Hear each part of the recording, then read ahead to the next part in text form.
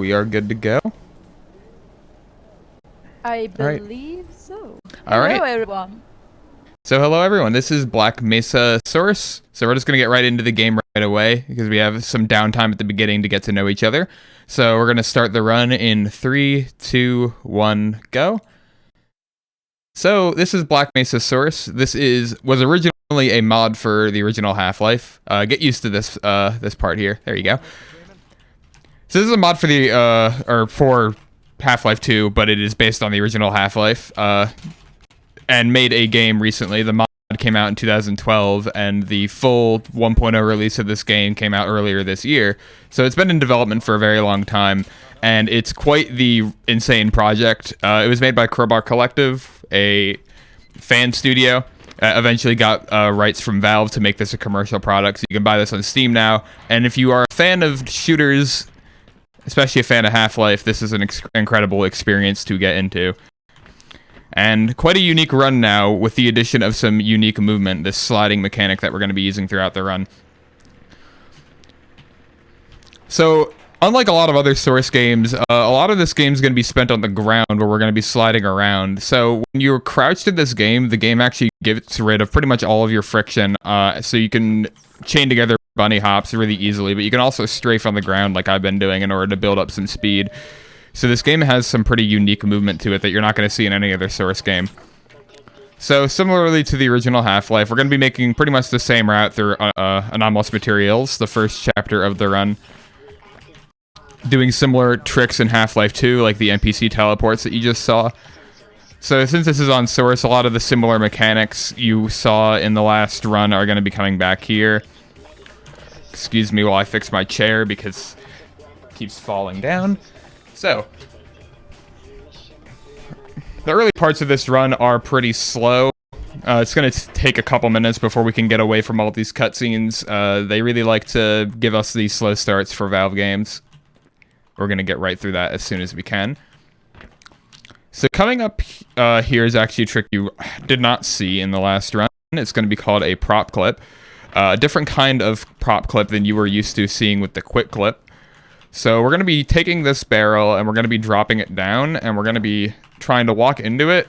And if we walk into it in the correct way, which is basically just praying till the game does it for you, or it can just do that, that's cool too, we can eventually get stuck inside of this barrel. And Source's reaction to getting stuck inside objects is to force the player downward whenever you save load so that you can eventually get unstuck. So we're going to be spamming a bunch of save loads, and I'm save loading in such a way that the timer doesn't actually start again for the in-game timer. And we can use that to clip down and skip the cutscene where they talk to us about being late.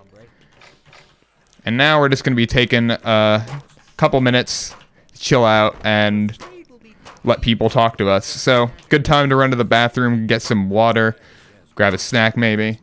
So we're going to have a couple minutes of downtime before we can get into the run, and then it gets going, and there's not too much stopping after that, but if there's anything to be read, now's a good time to do so. We are still waiting for those lovely donations for that incentive, but I can tell you guys that if you donate a minimum of $25, you can enter our beautiful raffle for some lovely prizes. We have a couple of items provided by our sponsor HyperX.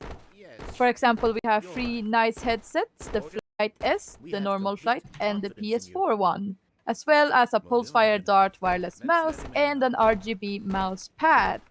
And also we have in the raffle a French indie game bundle which contains 7 different cool games. So if you want to get in on those prizes, make sure to get your donations in. Speaking of that, do we still have some time? Because I just received a donation. Yep, go for it. Alright, we got $25 from 98 Jumpy that says, "Come on everybody, we're almost there, let's pet the pup." And he actually put it towards petting the pup incentive. So we are now at 455 out of the 500 we need for that incentive. We are so close now, guys. I believe in you. We can get it met before fried crab in 2 hours. So let's go for it. All right, excellent. So this sequence is a bit loud.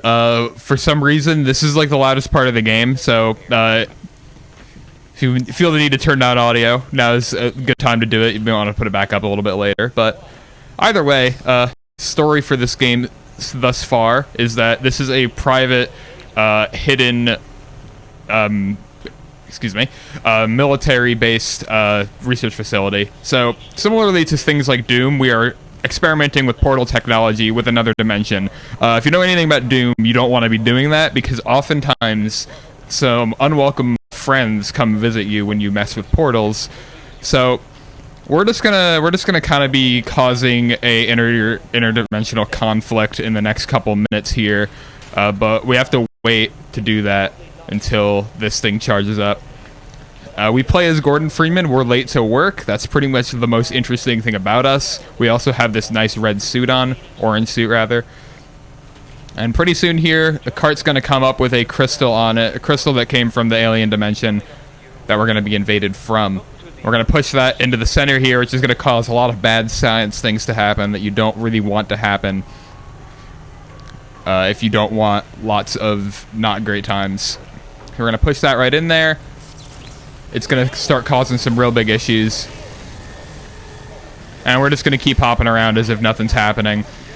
Because we've done our job. We're just waiting on them to do their job.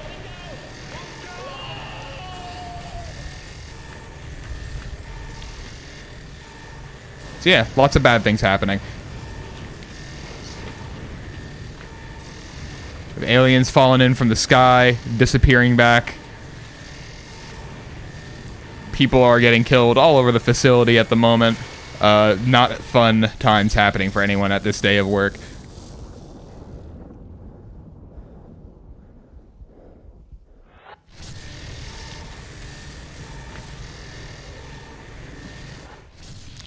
And we can say hi to some of the enemies we're going to be encountering. These are bull squids. And very, very pretty Zen area. We're going to be seeing more of this later on, but look how pretty this is. Absolutely phenomenal work done on all this level design and world build and world design rather.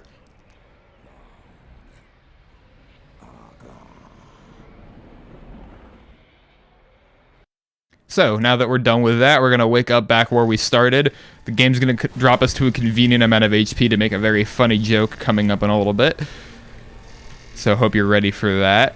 So now that we're spawned, we can come over here and get going on our adventure. So we're just having a bad day at work right now. We don't really know what happened. All we know is that a bad day at work happened, and a lot of people are not having a good time. So we're just going to try to get our way back to the surface and try to get away from all this mayhem, because we really just don't want anything to do with any of this. These are our good friends from last run. This is Eli, the person that got captured, and this is Kleiner, the person that you, I think you say hi to him back when you get back to City 17, but you don't really see him otherwise. You see him at the beginning too. But we can say hi to our friends here. Eventually they'll stop talking, and after this cutscene is when the run really gets going. So fix my chair again. There we go. Get ready for the proper gaming. We're going to try doing some more of those teleports just for fun. This one doesn't save any time, but I'm going to do it anyway. Take your time. Okay. This is the one that actually matters. As long as we get one of these teleports, we won't lose time here. And there we go.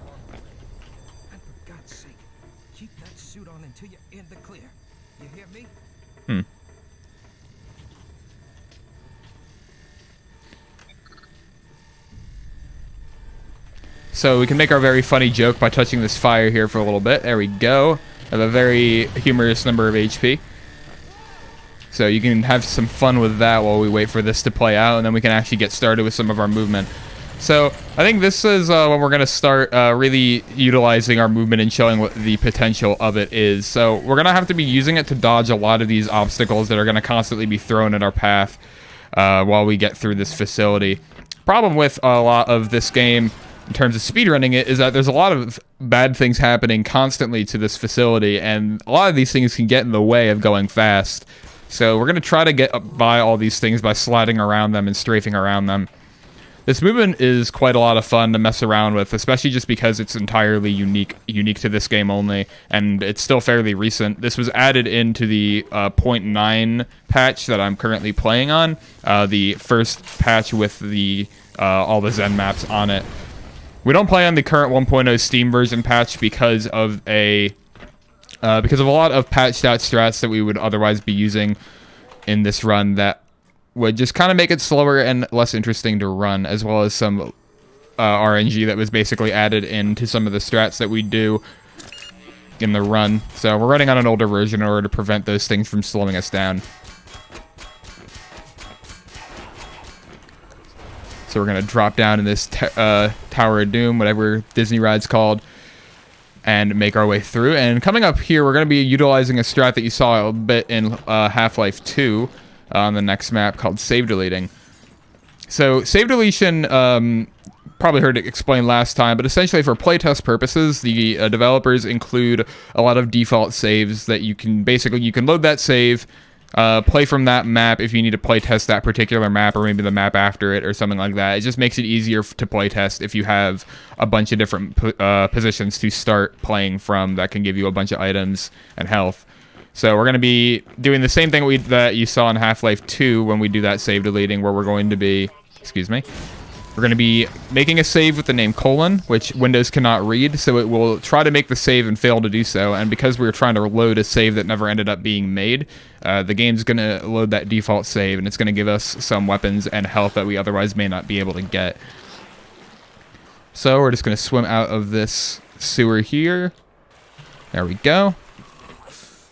And now we're going to be doing that save delete. So what we're going to be doing is I'm going to be save loading, and I'm going to be immediately hitting my save delete bind in order to load or create and try to load that save that we can't create. Now this gives us grenades, which is interesting because you're not really supposed to have grenades at this point. And we're going to be using this grenade on the following map in order to actually do a unique skip with a new mechanic that you may have not seen before, unique to this game only. So we drop down here, get our first pistol of the game, and we're going to activate this elevator. This gets rid of a death trigger that would kill us if we tried to jump down here earlier. And now we can surf off that pipe that's underwater to get out of the water, skipping the elevator really quickly. So there's an invisible wall on this bridge that we're going to have to jump around. And now we're going to be getting on this map where we're going to be executing a trick called a quantum pause. So quantum pause, very simple trick. All we need to do is we need to hit this bind that I have set. This bind is both set to unpausing the game as well as opening the console on the same tick. Tick being the equivalent of a frame in Source. Doing so will essentially freeze Gordon in place, but everything else in the world will still move, including grenade fuses. And we can use that to basically boost ourselves with grenades without having to be precise with our timing. Not only that, but we can stack explosives, which we're going to be doing later on. Something we're going to be doing here is I'm going to be jumping past this electricity and save loading a bunch. What this is doing is we're essentially passing through the trigger that would kill us from the electricity. Is this already happening? Oh no, that's sad. So this is something called save corruption. This isn't supposed to happen. I have to close the game now in order to fix this problem with the task manager, because for some reason when you get save corruption, you can't close the game through any means except for the task manager. So we are now, just kind of relaunching the game, getting back right into it. This is about the Black Mesa experience. You're going to have at least one reason to restart the game throughout a speedrun of the game, making sure that my game feed comes back on. There we go. So I'm going to load my second quick save, and hopefully this will take us past the barrier. Hopefully we don't have any more save corruption problems. And yes, we are good. So that's crash number 1 for the run. My marathon run at Hackathon a couple weeks back had 3 crashes, so let's see if we can beat that PB. Marathon PB for amount of crashes in one run. I don't think we'll end up beating that, but we will see. But either way, a lot of what we're just going to be doing is just making our way through the office complex maps as quickly as possible. Nothing too interesting happening here other than just going through them, sliding around, trying to dodge as many enemies as we can. All that good stuff. So something a bit interesting is that you see these enemies that are spawning in through these portals. Those portals actually have quite a lot of knockback to them. So later on in the run, we're going to be doing some strats that utilize that knockback that you can get from the enemies portaling into this world. Because if we do that correctly, then we're going to be able to get huge boosts from them that otherwise we wouldn't be able to get. So we're going to heal up a little bit here. And I mentioned earlier that we can actually stack explosive boosts using quantum pause. So we're going to be doing that right here. So I'm going to be throwing one grenade on the ground and then holding another one in my hand, which will, if we did it correctly, would have launched us up there, which would allow us to skip the freezer sequence. So we're going to try that one more time. This time it should work. There we go. So now that we've done that, we can skip right to the end of Office just by trying to ladder boost up this ladder. This guy's not going to have a good time. We're also not going to have a good time and have to reload. So for the record, save loads in this game, very commonplace in every lot of PC speedruns where you can utilize save loads in order to either fix your previous mistakes or, in the case of this game, cause new mistakes to happen in the game's code, which will allow you to skip things. Save loading is universally broken in Source. You can do all sorts of crazy stuff with it. The void clipping mechanic that is mentioned that we cannot do in the title is essentially a mechanic that you can do perfect save loads, perfect timed save loads to move through the out of bounds world of the game in order to skip certain things that are skip certain maps quicker than you would be able to do them by not going out of bounds. But we're not going to be doing that because it is a lot of looking at loading screens, which is not something that you probably want to be doing if you're trying to enjoy a nice fun speedrun. So either way, we're going to murder this man and we're going to ride up this elevator. So these guys are the Hazardous Environment Containment Unit. He's having a great time. They're basically a force used by the U.S. military. They were sent here to clean up the problems that were caused by the residence cascade that we did a couple minutes ago. The reason for that is that Black Mesa is a secret facility, not really supposed to be messing with these portaling technologies that we are. And the U.S. government does not want that information leaking out to the world. So they are essentially trying to both silence the alien invasion as well as any evidence of the invasion happening, which basically means they're trying to kill all of the employees that work here, all the security guards, all the scientists. Pretty much everyone involved with this project is going to try to be silenced by the military, which includes Gordon. So they're going to be one of our main foes throughout a lot of this run. So we're going to be doing another save delete here, which will boost us to the top of the elevator. Going to use that grenade to give us a big ol' explosive boost. So we're going to be using SMG grenades a lot in this game. They're a very valuable resource that we're going to be trying to utilize pretty much whenever we get them. They give us a lot of explosive boosts in the, recoil direction. Allow us to get a lot of speed or skip gaps that otherwise we wouldn't be able to. So there's one other interesting thing coming up at the end of this chapter if we can get past all of these enemies. We're going to have to go say hi to a scientist, and unfortunately, as much as I would like to help out all of my fellow employees here, I need to murder this man to go fast, because you can't hit that button until either that man stops talking or you kill him, so killing is naturally faster than talking, so we're going to do that. Aside from that, nothing too much interesting going on for the next little bit, so if there is anything to be read, now would be a good time to do it. Yes, we have a $10 donation from Anonymous who says, "Let's pet the head crab at the Black Mesa facility." And with that, he is actually putting them towards the bonus game for Pet by the Party, meaning that we are at 465 out of the 500 we need for that bonus game. Come on, guys, I believe in you. I know we can meet it. Not only if we complete this will also help us reaching that 10K goal for the marathon. So let's get those donations rolling, shall we? You definitely want to see some pups being pet. That's an excellent speed game. Something you're going to not want to miss.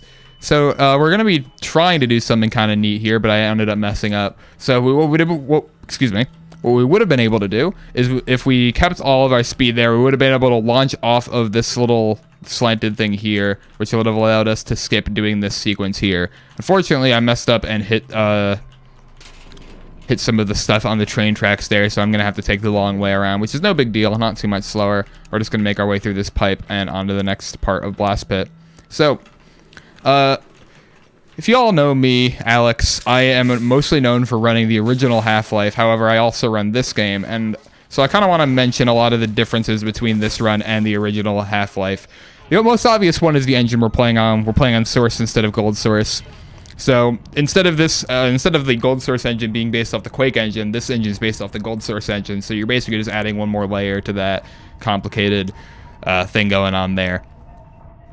And one of the many differences between Half-Life 1 and this game is Blast Pit. Blast Pit's actually significantly quicker in this game, at least for this part of it, because we're going to be able to do a pretty big skip to skip most of this part of the chapter. What we're mainly meant to do in this chapter is we're meant to activate both the electricity and the gas in the various parts of the Blast Pit, and it's going to allow us to fight the boss in the middle of this chapter, which is the Hydra enemy. It's kind of a three-headed dragon enemy sort of thing from Zen. I'm going to say hi to it right here. Now, normally we would want to fight this thing. We'd want to hit this fire button here, which would burn it alive, allow us to get past all of that. But instead, we're just going to let this Hydra get inside of us, and doing so will allow us to clip into the ground and go into the ground, which is exactly what we want. So we just kind of want these people to notice us. Please notice me. There we go. So now that we're caught inside of it, we're going to do some save loads, which will push us into the ground. And we can throw... we're going to do one more save load just to ensure that that doesn't happen again. We're going to throw this. We're going to boost with that satchel back into the loading, or back into the inbound section so that we can fall past all of these Hydras. So let's see. Okay. All right, so we're going to quickly reload this save because we did not go far enough outward. And I do not want to be save loading down. What we could have done there is instead of reloading there, I could have just kept save loading downward, but it would have ended up taking a lot longer real time. And I don't want you find people in the chat to get really bored watching me save load for like approximately 2 minutes or something like that. So we're just going to try this one more time. And we can get ourselves back inbounds and try to drop down. Can be a little bit tricky to actually live at this part. So what I'm going to be trying to do here is I need to try to delay dropping down here a little bit in order to try to potentially not die to these Hydras, which could be a bit tricky. So what I'm going to do is I'm going to actually wait here for a second until they decide they want to move a little bit, which might be never. We can try now, save load a couple more times and put ourselves down here because it seems like we have an opening. We do not. This is a little bit tricky. We'll get it down. Maybe not. We might have to try reloading that hard save I made one more time in order to maybe try to get this to work this time around. So this is quite a luck-based strat just because of the way that the Hydras can operate up near the bottom, or when you're trying to clip downward and back into the inbounds. They can very easily just instantly kill you a bunch. So thankfully we have this ability to make hard saves so that we can try doing this strat over and over again until it works properly. We don't have to actually go back anywhere. For some reason did not get properly boosted there. So let's try this one more time. Hopefully this will work.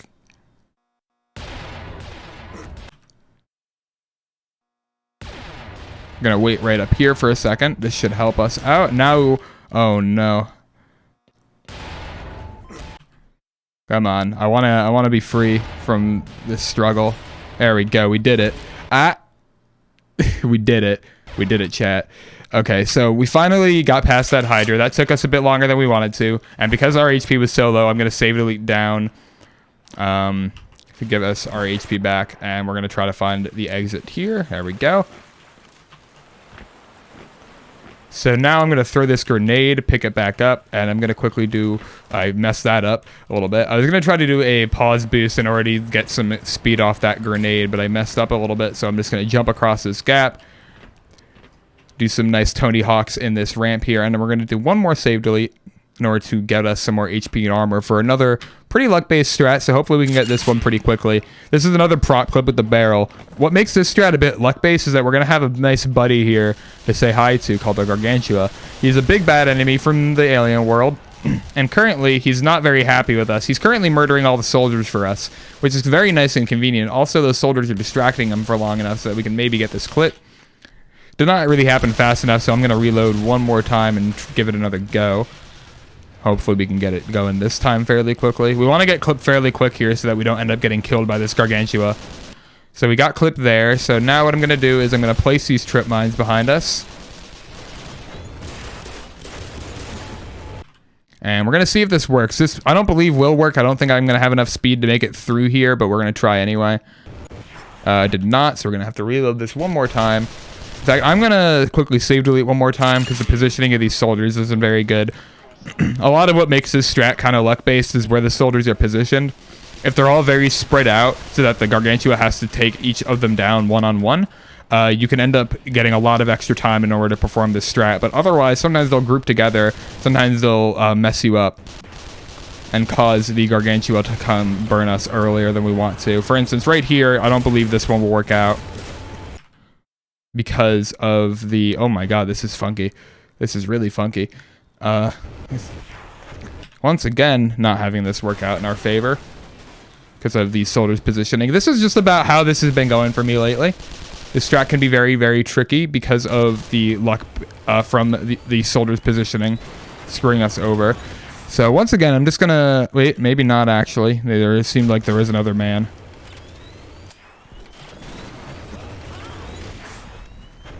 So it looks like we're actually good to go here. In fact, we're not. So I'm gonna reload one more time. I'm gonna try this again. This is just about how this game goes. After this, thankfully, we're not gonna have too many luck-based strats like this coming up until a lot later in the run. He's doing too much damage to us with that. So I'm going to save delete again. We're going to give this another go. Been having some really, really good luck with these big bad enemies this run so far. I'm really happy about that.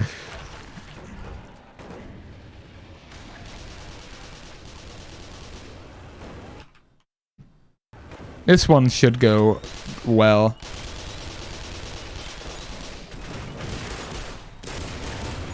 Or not. I don't know how I'm just getting destroyed so quickly. Normally you have a good amount of leeway to try to do this without getting killed by the Gargantua, but I am getting absolutely no time to actually get this clip to work.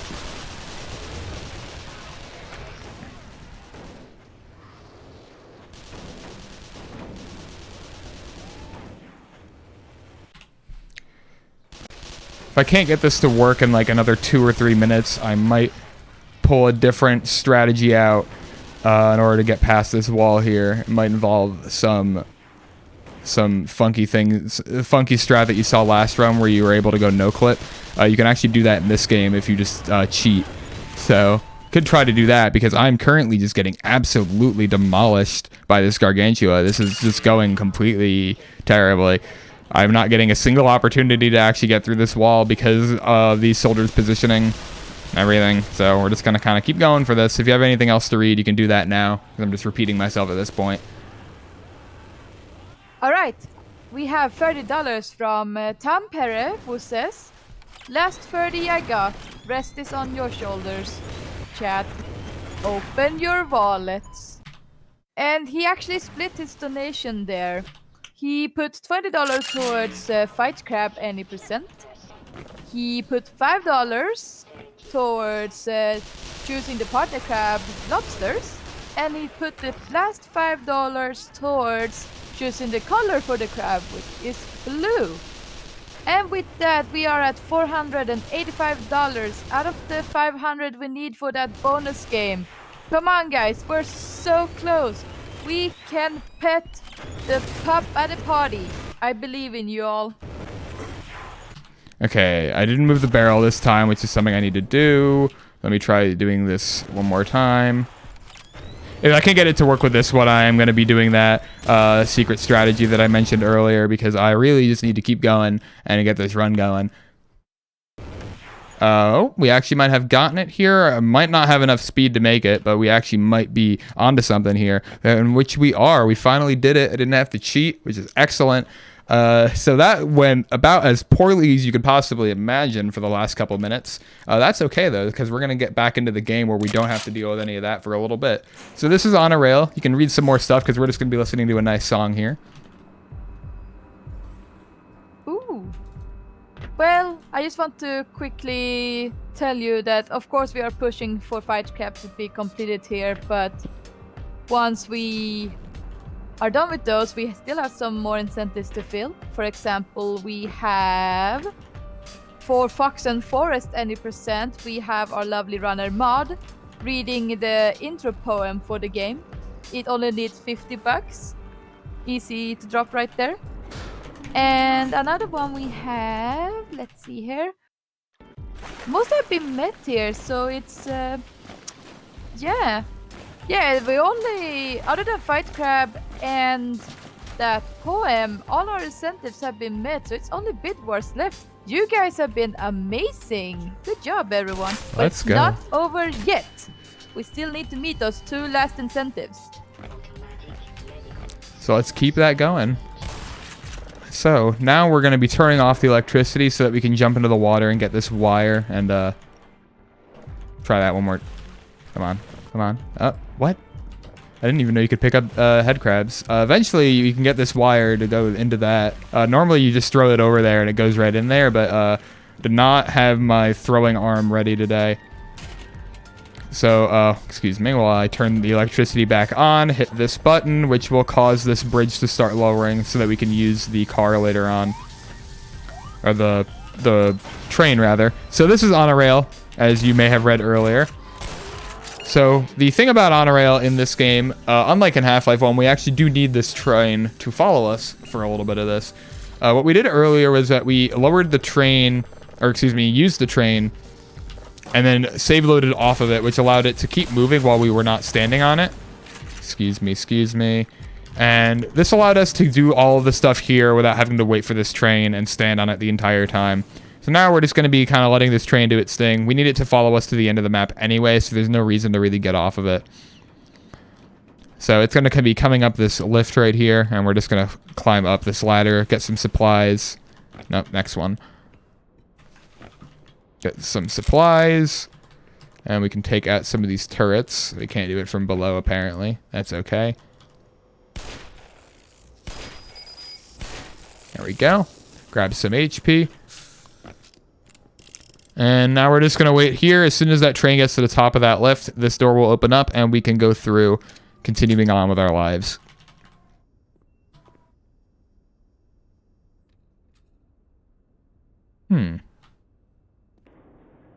There we go. So now that we've done that, finally, we're going to immediately grenade boost onto this map because we have a lot of extra HP to work with here. This will give us a nice little speed bump to get through these rail section. We're going to use our other grenade to kill those men so that we don't lose too much HP. And we're just going to be trying to make our way through these hallways without taking a lot of damage. We want to try to preserve some HP to do some strats later. I'm going to be quickly grabbing some HP here. Armor, rather. And now we're going to be doing this little rocket sequence where we're going to get this rocket ready to not be launched later. So normally we're going to be, in a normal playthrough that is, we're going to be using this rocket to do a sequence where it will open up a door for us, allowing us to continue. But that's a lot of waiting, a lot of cutscene that you have to sit through that no one wants to do. So we're just going to kind of wait for a while. And just have a good time with this cone.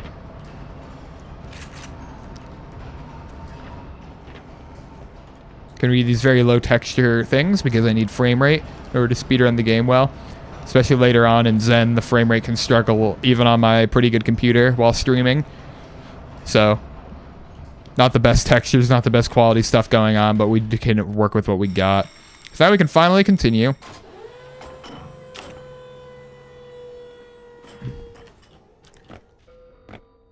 So we're just going to run over here, start healing up a little bit, getting some armor as well so that we can do a grenade boost here without it messing with our HP too much. Not too big of a boost, but still worth doing just to save the second or two that it could. We're going to climb up this ladder. And coming up soon, we're going to be doing another one of those neat quantum pause strats, but this one's going to be unique because we're going to be using an NPC to take the damage. So NPCs have multiple different kinds of attacks that they're going to try to use on you. One of them is a melee attack where they will hit you with the butt of their gun. So what we're going to be doing is I'm going to make a hard save here. We're going to kill this man to get his health because he was a medic. And this guy is going to punch us a little bit. And we're going to fly a bit too high. So he shot us a bunch there, so I underestimated the power of his punching. We're going to try that one more time. 2, 3, 4. We'll fly up to the top of the map. And now this is going to allow us to drop down behind the map, which is going to allow us to do a save load clip to get down and skip the rocket sequence that we otherwise would have to deal with in this game. So now we're going to just start spamming save loads until we can clip downward into the room below us, which is going to take a quick second. So you can appreciate the pretty visuals of this game. It's a nice brisk night in New Mexico, in the middle of nowhere in this facility. This rocket is supposed to be launched, but we're not going to be doing that because that would require a lot of waiting that we don't want to do. We already have to wait through these loading screens, so we're just going to kind of chill out with that for a second. 1 or 2 more. There we go. We are free. We can drop down into that water to avoid taking damage, and we're just going to go hit this loading trigger, and we're going to immediately save delete to get our HP back and get back to that train that we're going to need to continue anyway. So once again, we need to save load, make another save and immediately delete it, giving us this nice default save. We can use this train, which is in kilometers an hour for ESA. Oh, that's unfortunate. You're not supposed to fall off the train, but it can happen. We just might take a little bit of extra damage from these fellows, but nothing to be worried about. So we're just going to go for a quick swim. Nothing too interesting about the swimming mechanics. It's basically just hold W in the direction you want to go in. Try not to hit things that are in your way. For instance, these barrels. Get them out of here. Now that we're done with that, can go say hi to our good friend, this scientist here, who's going to have a great time getting eaten alive by that fish. This is another route deviation from the original game. Normally, we would stay completely above water with this section, but doing so in this game does not let you get to the ending of the chapter. So we're going to have to go take a bit more of a swim than we would otherwise do. So, done with that map. We're going to be doing some neat things on this one. Getting our satchel ready to do a satchel boost later on. So we can just jump right through that electricity, no problem. Doesn't do a ton of damage. I accidentally got licked by that barnacle. We're going to place that satchel down to boost across. We can say hi to our good friend that we so graciously saw so much of last run. And now we can use this satchel to kill all of these enemies, which will allow this scientist to feel comfortable enough to open the door for us.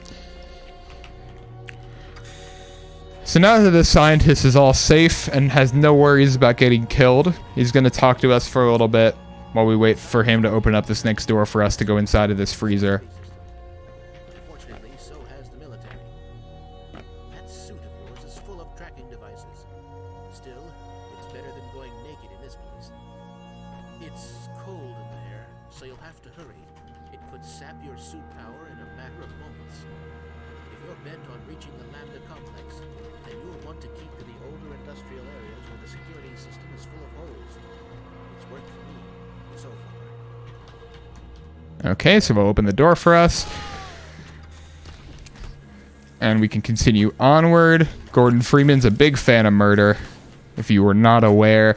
Something that's kind of cool about this game is that it kind of brings back that sort of moral decision making that you could make when playing the original Half-Life, where you didn't necessarily have to be a good person. You didn't necessarily have to help everyone out. You could entirely be selfless and do everything in order to make your survival the utmost importance.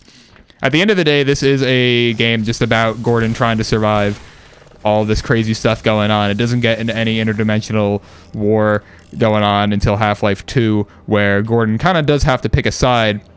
So we can just kill anyone we want. It's a good time. Normally that person would die anyway, so we really just made that moral decision in order to kind of be a bit of a jerk. So I'm just going to get this ready just to kind of do a small boost there, but didn't end up going through the door. And now we're going to get captured, so we have a small cutscene to watch. So anything to be read now is a good time to do so. I just want to take this time to remind everyone that we are watching ESA Together, which is a marathon run by us lovely runners here from all over the world in these difficult times with COVID-19. Everything that you donate here goes towards helping ESA and our fellow marathons staying afloat during these difficult times. And I just want to quickly mention again that we are at $485 out of the $500 we need for the fight crab. we have about, let's see here. Yeah, I would say about maybe 3 hours to go before that run. So if you want to see that bonus game after that happening, you should get those donations in. It's for a good cause. It's for helping us fellow marathons out in these difficult times. All right, so now waking up from getting captured and thrown into this garbage dump, they made the mistake of not only not killing us, which would have been a very simple solution to their problems, but they also just kind of gave us our crowbar back. But more importantly, they left us this bucket, which is really what we were after. The crowbar is kind of just an extra little treat. This bucket has a special property of occasionally getting stuck inside of Gordon. Unfortunately, sometimes it doesn't work out too well, and we're gonna have to reload a save to quickly try that one more time, because I did not make a hard save, which is very silly of me. So that bucket will gain back collision eventually, and we will get stuck inside of it, and it will cause us to clip downward, but sometimes it takes a bit too long to actually get stuck, so we will end up dying to the crusher anyway. So let's gonna try that one more time. I'm gonna make a proper hard save, or try to make a proper hard save. There we go. So we're gonna drop this real quick, move it around a little bit, and we're gonna start save loading. Try to make sure that we can actually get pushed downward. Come on. Come on, bucket. We can do this. I believe. We think we have a good thing going here. Excellent. Okay, we can drop right down, and we can get our way into the residue processing chapter. So this is the part of Black Mesa where a lot of the nasty, no good things are processed into waste. Nuclear waste, whatever you want it, probably a good amount of human waste as well that we really don't want to be thinking about later on, where we're going to be taking a lot of swims in this water.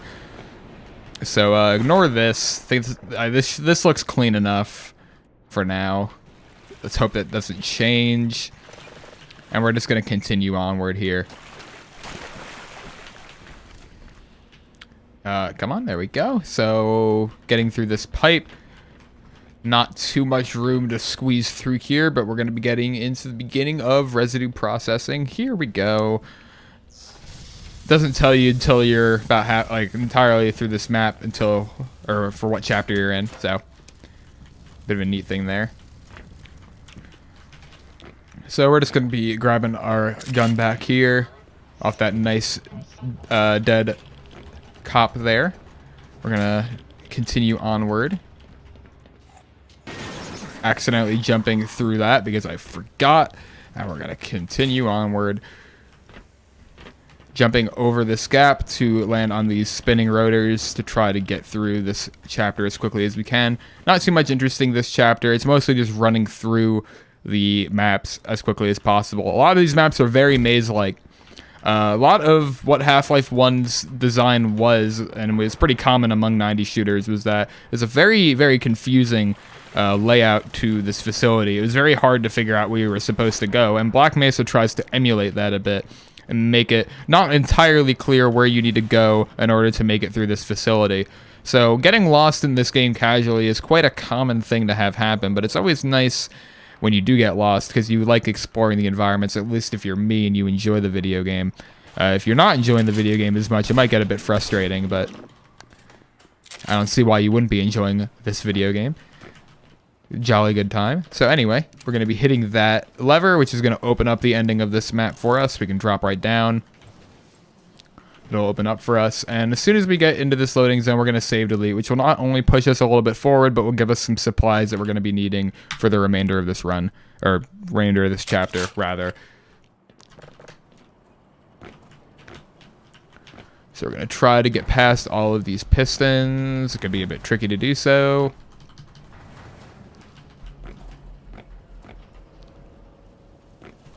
And we're going to be nice. Trying not to get murdered, ideally. There we are. So we're going to use this satchel. Boost. Try to get past this without getting hit. And we're going to be dealing with some good hit detection here. There we go. Only 3 bullets is pretty good. For some reason, that particular trip mine is impossible to hit with like every weapon. So you kind of just have to keep taking pot shots at it until you happen to have clicked it correctly.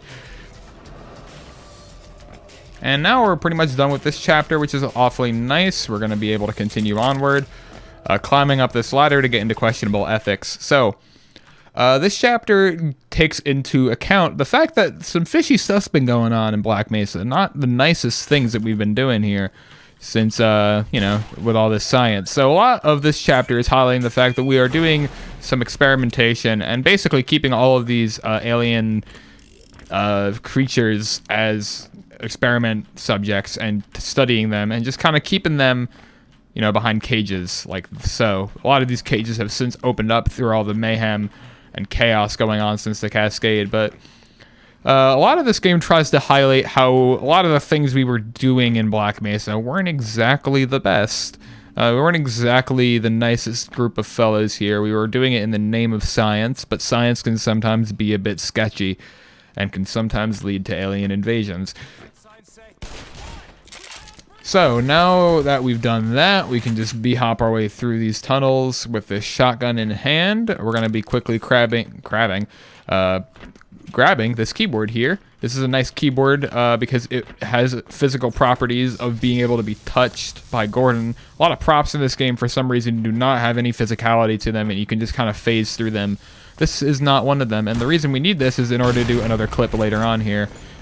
This is another opportunity where we could have a bit of a luck-based strat going on here, taking a lot of extra damage compared to what I want to here, but what we're going to do is we're going to drop this here, going to murder this man, and we're going to start healing up here in order to get our HP up to a nice, happy number.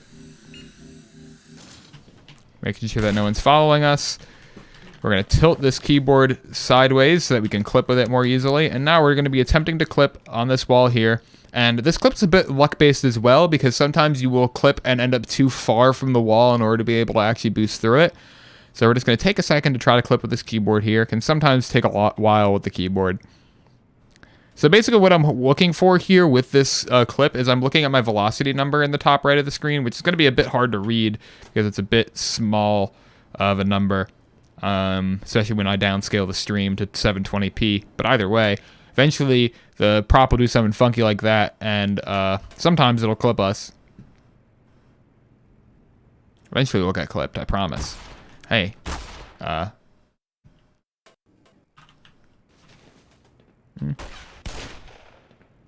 Okay, we're gonna reposition this keyboard again. Hopefully this time we'll get a bit faster of a clip going, maybe get into the ground or something of the like, and then boost through the wall, ideally. Get this going. I promise. I promise it's possible. I'm not making this up. There we go, I think, maybe? There we go. Okay, we're in the ground. We're not out of the clear yet, especially, I made this mistake last time, because we don't have any explosives, which is a bit of an issue. So when you don't have any explosives, you have to pretend like none of that ever happened, and pretend like this is the first time we're going through the map. I made this exact same mistake my last marathon run, because I did a slightly different save delete route. So thankfully, we haven't seen any of this yet. This is all new and unique gameplay we haven't seen before. So unlike anything you've ever seen, we're going to get past these guys with this keyboard. And this keyboard, we make the same jokes again and all that, because that's exactly what we need right now. So we're going to be doing the exact same thing we did before, making our way over here. We thankfully had better HP, so we probably won't even have to heal at all getting up to here. So we're going to murder you, make sure we're not getting followed for a quick second. And once again, we're going to try doing this now that we have explosives. This should go a bit better. Who knows? So eventually we'll get clipped into the wall. Come on. I don't know if this worked, but let's see. Excellent. Okay, that's potential. So now we're going to do 2 save loads, and if we got lucky, which we did, we can clip right through that wall, which is called the QE inbound skip. This skips us having to go onto the upper part of this part of the facility in order to put a hole in the wall with a big laser. So we need to get our pals to follow us here. We need to make sure it's a nice school field trip where everyone's involved. We can't leave anyone behind. Please stop blocking. So we just need to kind of let these guys follow us. We can't kill any of them. We need to make sure all of them are nice and having a good time. Let's go. Come on, come on. And they're going to start talking.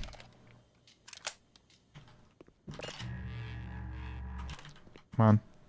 Wait. There we go. Wait. What? What is it? So while they're talking, we're gonna heal up here because we're about to get into a little bit of a firefight with the Heku, the enemy soldiers. We'll stay here for a moment. So we heal up all the way up.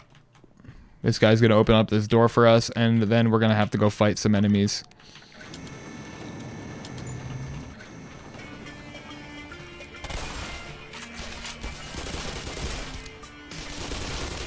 Grab all of these. Come on. Come on. There we go. Okay. Pull out the revolver to try to murder these men. One more right here. Enemies will spawn here.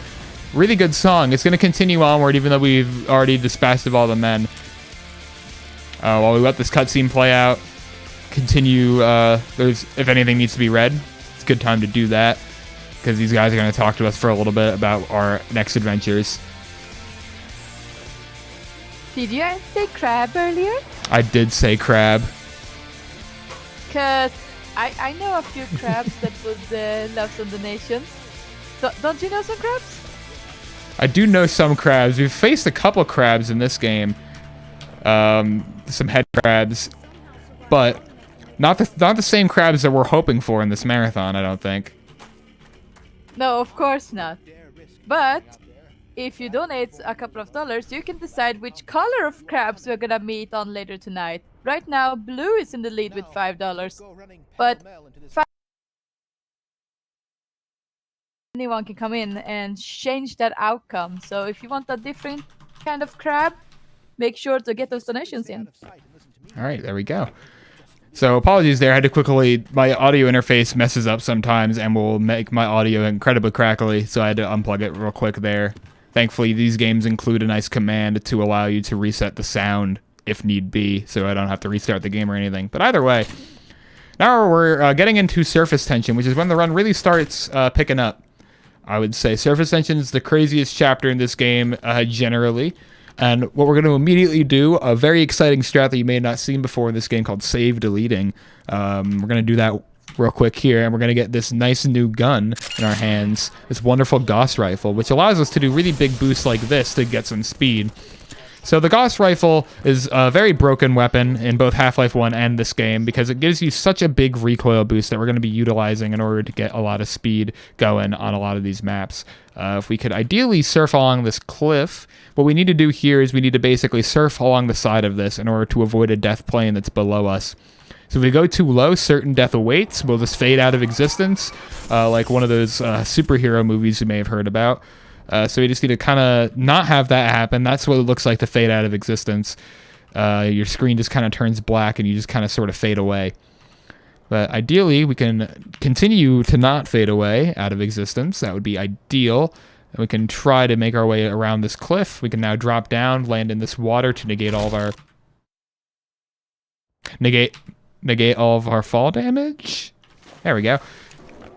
Now that we've done that, we can boost through here. We're going to immediately save delete to get some of our ammo for this Gauss back because, again, this weapon is very good, and the only problem with it is that there's not a lot of ammo.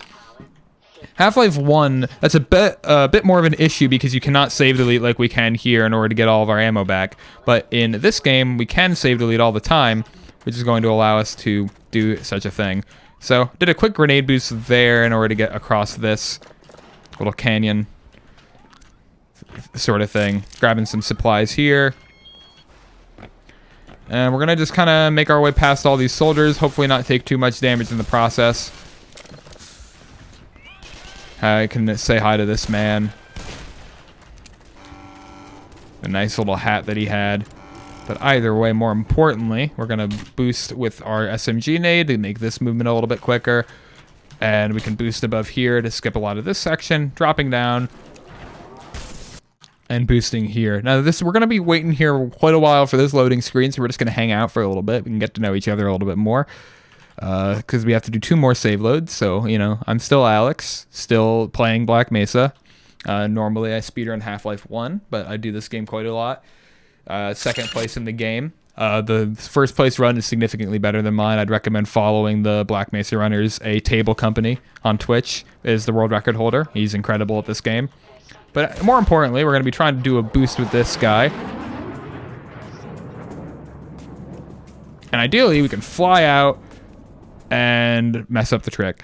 So we need to try that one more time. We need to get a bit more distance there in order to make our way to the opposite end of the cliff. So we're going to try that one more time here. So we're going to try to have this guy give us a nice slap.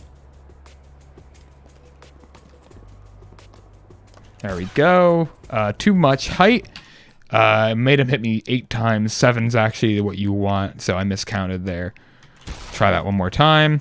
1, 2, 3, 4, 5, 6, 7. And if we can make it over, excellent. Okay, so now we've made it over. We can skip the entire map here, which includes a fight sequence with a helicopter that otherwise would take quite a while to do. And we can just kind of skip past all that, make our way forward, continue onward, and fight some more people.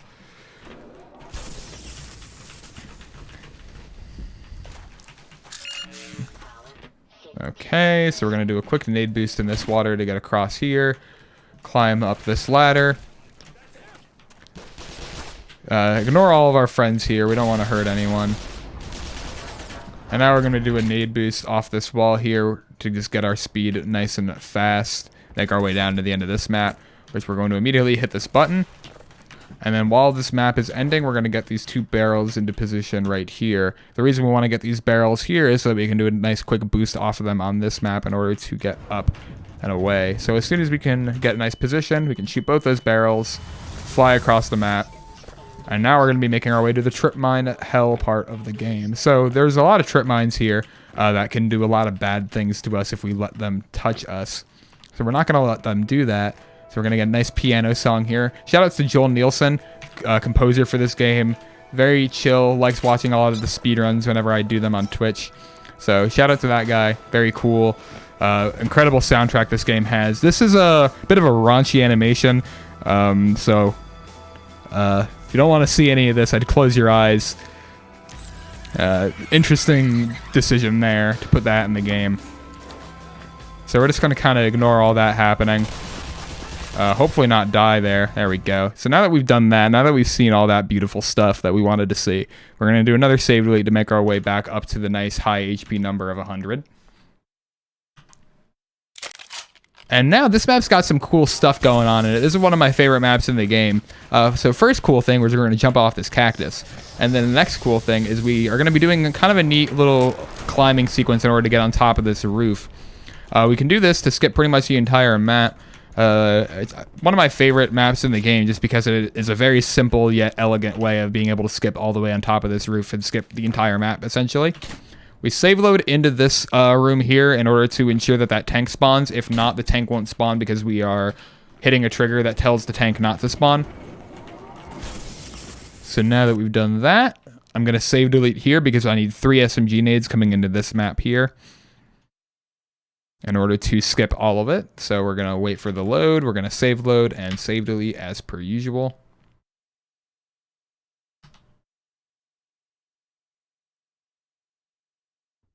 There we go. Gonna immediately charge up our Gauss to get some nice speed going at the beginning here. Can murder these guys because we have another SMG nade to grab there. So we boost up off that platform to get up onto the higher level, and then we're gonna do 2 grenade boosts to get on top of the roof here, which is somewhere you're definitely not supposed to be. The ceiling has some issues here, but more importantly, we're just gonna drop down and we're just gonna continue moving forward. Boosting off this platform, opening this door, shooting this truck in order to blow it up, which will cause an explosive barrel to go to that door, blowing it open. And now we're going to be entering another one of those really, really messy maps that can go very terribly wrong if we are not careful. So this is going to be a trick called Escort Skip. This is the same map that the infinite health door trick is performed in Half-Life 1, if you know of that trick. But we unfortunately do not have the capability of getting infinite health from a door in this game. So instead what we're going to do is we're going to skip past the door using this prop. Now, This is not going to be an easy process. It's quite easy to have this prop clip not work. You can just get in the wall and pop right out of it. So ideally, we're going to have it work fairly quickly. So I'm going to shoot a rocket down there in order to do some damage to those aliens. Ideally, not get messed up. Grab some more armor here. And now we're going to touch this launch pad, strafe around in order to make our way up onto this cliff. And I'm going to make a hard save right here. And here we go. Make another hard save. And we're going to try to clip into this wall right here.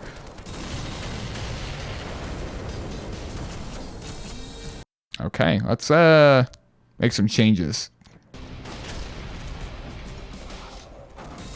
Go, okay. Try this one more time.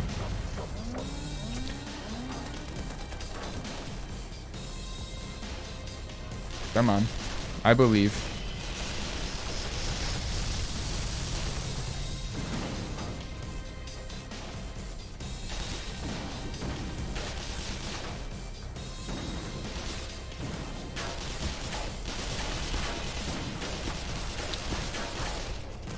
Trust me, it's gonna happen. I promise. I'm not joking about this strat existing.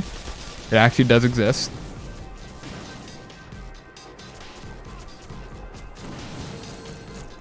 So we're gonna reload a save here and try this. Try setting this up a little bit again. The prop is moving around all sorts of different weird, unique ways that we don't really want it to. We just want it to kind of punch us in the face like it did there. Ideally, we can clip into the ground and we stay in the ground. So what we want to do is we want to shoot 2 fully charged Gauss shots at this door. If we do this correctly, we can start our save load sequence in order to make our way past this wall. So what this is going to skip is it skips us having to go completely around inside of a building to our right, getting a security guard to follow us to open this door for us, allowing us to continue. Not only that, but the security guard will end up surviving the Black Mesa onslaught because of this skip that we're doing. So we are actually doing that security guard a favor because he will not get murdered very violently by Alien Grunt. So we're starting to clip through the wall finally. So a couple more save loads and we'll be able to make our way down into the next map. And we'll be able to say goodbye to a bunch of these save load clip strats that we've done a lot of. There's one more coming up, but it's a nice consistent barrel clip, so we're not going to have to worry about any more of these silly, very RNG based ones. They're all to an extent RNG based. Basically, the way that the clips work is that every time you load into a map, I believe is how this works. I could be wrong. It's been a while since I've heard this theory, so it could have been updated. But either way, basically every time you load onto a map, you have a certain set of physics tables, and those physics tables essentially just need to line up with getting a prop clip in a particular way in order for you to be able to do that clip fairly quickly. This is more relevant in Half-Life 2 back in the day, before the quick clip strat was found that you saw last run. In this game, it's a lot more prevalent to use because we do not have a means of getting quick clip. We do not have the same method with the car or with the boat and with the barnacle that you saw last game. So I'm going to do another pause boost here with this grenade to get some speed to come down here. And this is a likely game crash spot, so let's see what happens. Let's see what we can do. And let's see if we can get past this loading screen without crashing, which we can, which is quite shocking. So now we can continue without the game crashing. Now, interesting thing that happened last time I did a run of this game was that one of the strats on this map right here just kind of decided it wanted to stop working. So I had to take the casual route around, and it was very, very curious. So we're going to maybe, hopefully, be able to do this map normally. So don't get shot at too much. So we're just going to swim for a little bit here. And what we want to do for this strat is we want to shark out of this water in such a way that we land on this platform. Hopefully, we can land on the platform. If not, I'm just going to assume that they patched it. Yeah, I actually... Oh, there we go. Okay, I did it. I figured it out. I figured out my problem. I don't know what my problem was, but I did figure it out. So that's good. That's an improvement over last time. So more importantly, I'm going to grab a bunch of supplies, and we're going to do a rocket jump with some nice Doom-sounding music.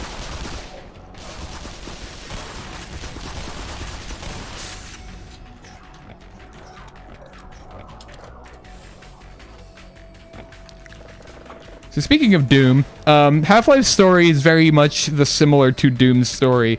Probably intentionally. This game was mainly like, you know, the spiritual successor to Doom and Quake back in '98. Not this game, but Half-Life. So not surprising that they stuck with a similar sort of story direction. It plays well for '90s shooters. But this game has a lot of inspiration from Doom 2016. You're going to be seeing that more in the Zen chapters coming up. But a lot of the chapters in this game have a lot of similarities to how the Mars maps in Doom 2016 looked. But anyway, coming up here, I mentioned earlier that we're going to be doing one of those pause boosts with an enemy spawning in. We're going to be doing that right here. And I didn't do it correctly because I'm not good. Hopefully I don't die. Okay, maybe we can actually try that pause boost one more time. Okay, we got it to the side there. It's still not bad, but could have been better. But now we can activate this. We're going to be taken into the next chapter, Lambda Core, which is going to be the last chapter of the Earth sections of this game before we make our way into the alien world itself. So immediately save deleting in order to get our HP back up and also get some SMG nades. So we're going to drop down. We're going to slow ourselves down right here so that we can do this grenade boost in order to make our way down that elevator quicker. Now we'll do another grenade boost to get up here. Drop down to get some supplies, and now I'm going to get out this satchel. There's a bunch of Spec Ops ladies here who are going to do their best to murder us, but unfortunately, they're not very good at their... Or fortunately for us, exactly. Excuse me. Fortunately for us, they're bad at their job, so they don't do a very good job at murdering. We're playing this run on easy difficulty for the record. This game is actually pretty dang difficult if you play on hard. So, quite the fun game, though, to play on hard. Because it is actually a bit tricky. Also, yeah, by the way, Doom noise. You could hear that every time you save delete with the Gauss rifle. Or every time you pull it out first. It's quite the fun sound, just hearing the Doom door noise. Just in case you had any sort of doubt that the developers at Crowbar Collective enjoyed the original Doom. Good confirmation that people enjoy Doom. I'm glad to know, because it's a game that some people might not enjoy. If you can't tell, I'm being very sarcastic. So we're going to say hi to this man. He has a very strange mouth thing going on. Very interesting face models on low textures. So he's just going to be talking for a bit. We have any crabs to be read? We can go ahead and do that. Have a bit of downtime in this chapter to get some stuff read. Obviously, I drew the short one. My colleagues are waiting at the tip of the Lambda reactor. But if not, we're just going to teleport. This friend here with this garbage can, very much reminiscent of myself and the quality of speedrunning. Of this speedrun, that is. But we're going to jump up the staircase. Make our way around. There we go. And now we're going to be coming down this elevator, and we're going to have that save load clip that we mentioned on the next map. It's going to be the last save load clip of the run that we're going to be doing. So that's quite exciting. We're going to say goodbye to all that nice save load stuff, which is very convenient because the saves, the load times in Zen are particularly garbage. The Zen maps are absurdly big, absurdly beautiful, and absurdly ambitious, especially for this engine. So we're going to have a lot of issues with loading times coming up in Zen. So it's nice that we don't have as many of those save load strats to deal with, because otherwise we would be looking at a lot of loading screens. So we're going to once again try to do a barrel clip here with this barrel. Should be nice and quick because barrel clips are nice and consistent. Unless you're doing them on power up and you're going to cry because of how long that chapter took. But now we can just save load downward for a little bit.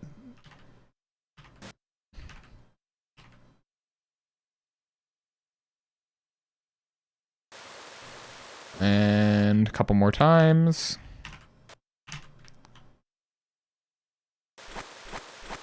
There we go. So, make our way into the next map. I'm going to immediately save delete because we need more SMG nades to perform the tricks on this map here.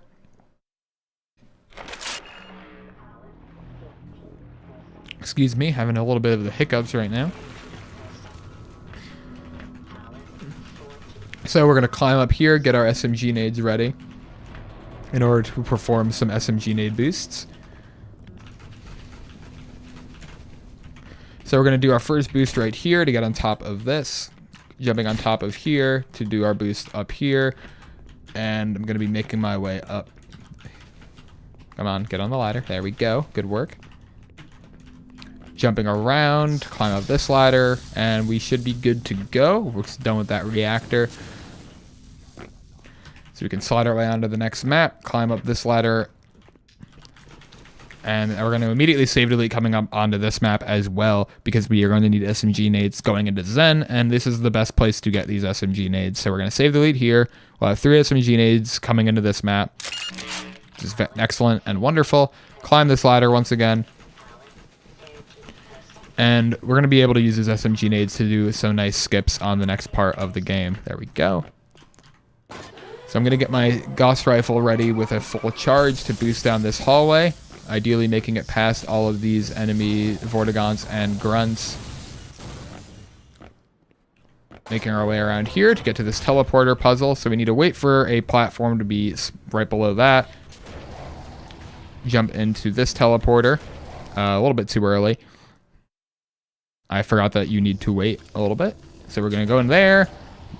We're going to go into the next one, but we need to wait a little bit of extra time for the platform to go below there. Now we can do a nade boost over this wall. Skip the third part of the puzzle. And now we're going to be on a map that's going to be mostly cutscene, where we're going to be talking about how we need to go into the alien world and kill whatever is causing the aliens to start trying to come over here, which is going to be a big enemy that we need to murder. So, once again, if there's anything to be read, now is a good time to do so. Hello. Hey guys, you see, we at ESA here have been talking in the background a bit, and we want to announce something, but there's a problem.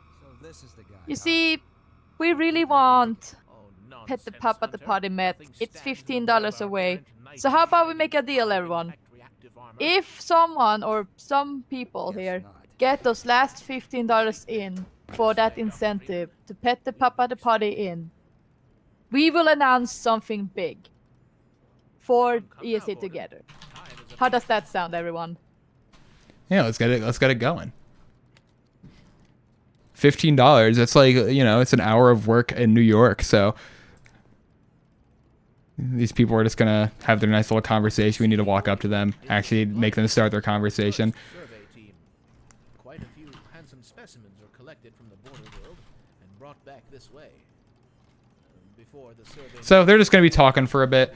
I'm doing something in the background. Don't worry about it.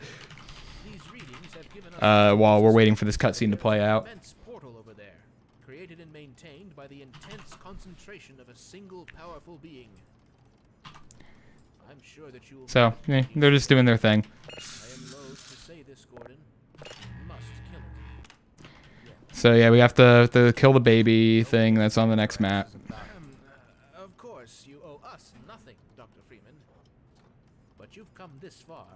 You know as much about these creatures So as convenient thing about cutscenes is that you can do other things in the background while the cutscenes are going on. For instance, you can donate to ESA Marathon while the cutscenes are going on, which is something that I am currently doing while this cutscene's going on. This lady has to talk to us for a bit, so there we go. So if there's any donations to be read, that would be a good time to do it. we've all been away, right? If we receive it. Hey guys. We got $15 from alexh0w. Oh my God, who? Who's this fella right here? Yeah, he says, just- Garfield. My favorite. I love Garfield, and Garfield is what inspired me to donate. So anyway, that should have met the Pet the Pup now, and you're going to be seeing that excellent speedrun. You don't want to miss that, because that game's very cute. And with that, we can announce the thing if we have time right now. Of course, yeah. So, guys, we have a proposition for you, a big announcement to make. We really want to hit 10K. So you know what we're gonna do? If we, before the end of Celeste, aka at the end of the marathon, hit 10K, we are going to add another run. Ooh. And this run is going to be after Celeste and all the incentives. It's going to be our boy Fru McGuffin speedrunning the Final Fantasy VII Remake any percent. Ooh, that's hype. Brand new Yes. video game. He has somehow made a route, and if we hit 10k, we're going to speedrun the hell of that remake. So let's do it, everyone. Yeah, let's get that going. A lot of people really excited for that game. Never been a Final Fantasy person myself, but I would love to see that game get broken as quickly as it has been out. So definitely get up to 10k because this is an awesome marathon. I can open the portal now. The process is complicated. So we're basically just gonna have a little bit of a fight sequence here, kind of just like the, you know, waiting for the teleporter to activate. So nothing too much going on. We're just basically going to be doing our best Doom impression and trying to jump around and switch between different weapons and murder things and try to make it look fun. So I'm going to be doing my best on that department. But if there's anything else to be read or anything else comes up, feel free to do that. I'm just going to be fighting some aliens while waiting to go into the alien world. Of course, of course. Now, while we are donated to reach those 10k, we do have plenty of incentives to go. We have, of course, the bid wars for Fight Crab, which is to pick the color for the crab, and also which companion to tag along on their adventure. We also have Super Metroid coming up with Kill or Save the Animals. We have some incentives that still need to be met. For example, for Fox and Forests, the runner mod will read the introduction poem. We also have our showcase for Pokemon Puzzle League, which is to show the swag chains. It's at $30 out of 100. And for Jono and the Celestial Elephants, we have Mini Jono Glitch and Bearing Link's Tunic that still needs to be met there as well. So make sure to take a look at all those incentives and bid words we have remaining while making those donations. 10k guys, we can do it. Because if we get that remake in, that's gonna be another day of ESA Together. Another day. You heard us right. It's gonna be insane. Another day. It's a game that long, huh? I think he mentioned somewhere, it's around at least 20 hours, somewhere around there. Oh, depending jeez. on- That's dedication, Yeah. getting that route together for this. That's exciting. Yeah, and also, the more he keeps riding, the more time he will shave off, but it will still be plenty of quality right there. Yeah, you want to see that.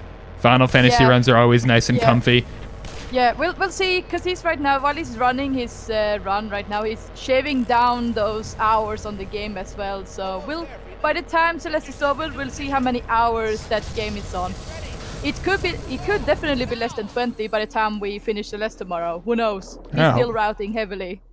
Yeah, so let's get that I going. think- We want to see that. Yeah, let's get that going. It will be at least 10 hours, I think. I don't think it's gonna get below 10. Yeah, it would be surprising if it was below 10 that quickly. But anyway, we're going into Zen, which is very exciting. This is a very big thing for this game. Zen took multiple years to be released initially, so like the first time being able to play this casually was very, very exciting because this is an incredible project that Crowbar did. But if there's anything else to be read or anything, you can quickly fit that in. But if not, we're going to be waking up in Zen.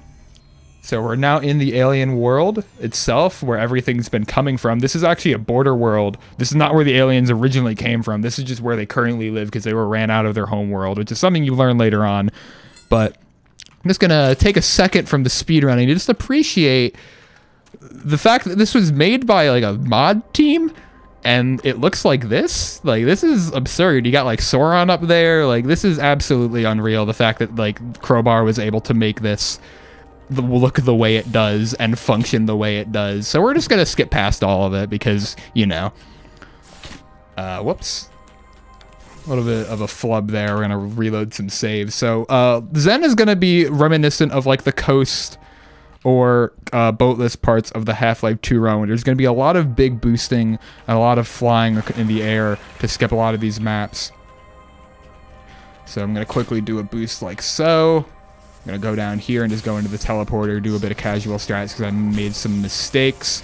Ideally, would have just been able to fly right to the end of the map. So yeah, Zen is going to be very pretty, and we're going to be doing a lot of flying in the air and a lot of explosive boosting throughout it, and also a lot of looking at loading screens, unfortunately, just because, again, these maps are absurdly big, absurdly detailed, and absurdly beautiful to look at. So naturally, they're all massive file sizes, and they all take forever to load because Source just is not meant to do this. But we will be able to get through it. We will be fine. Might just have to take a couple naps here and there. But either way, we're going to be making our way through this indoor section. So this is like a little bit of some extra stuff that was not in the original game. All of these maps that I'm currently playing on are part of the Zen chapter. In Half-Life 1, the Zen chapter was only one map, and in this game, I believe it's 6 or so. So all of the stuff that we're doing now is completely original content that comes from pretty much no Valve inspiration, entirely Crowbar's work. So this is kind of like an indoor human complex that was built in Zen.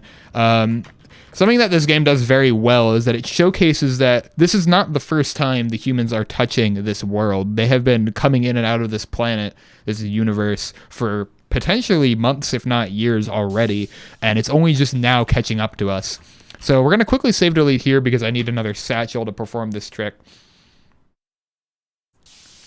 So one more for the save delete.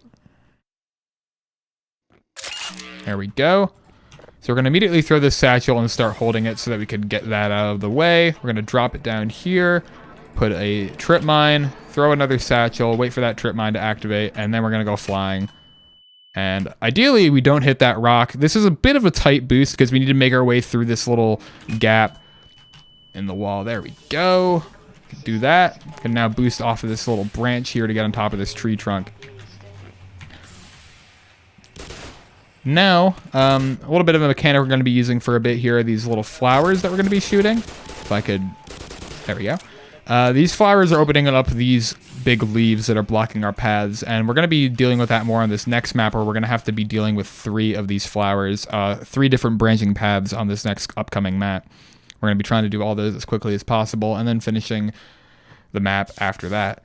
So we're going to quickly save delete here because our HP is bad. We're going to be save deleting quite a lot in Zen because of the amount of explosive boosts we're doing, so it's quite necessary for us to be getting our HP back up to high amounts quite often.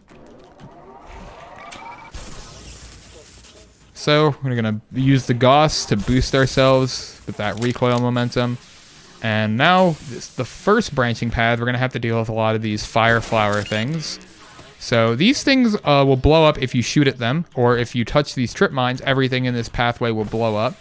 And what's fun is that we can deal with some head crabs that could also happen to blow things up. So we need to be very careful progressing through these parts. So we're going to be flying through these maps. I hear you, Charlie. My roommate's talking to me through the wall. So either way, boosting up. I did not boost.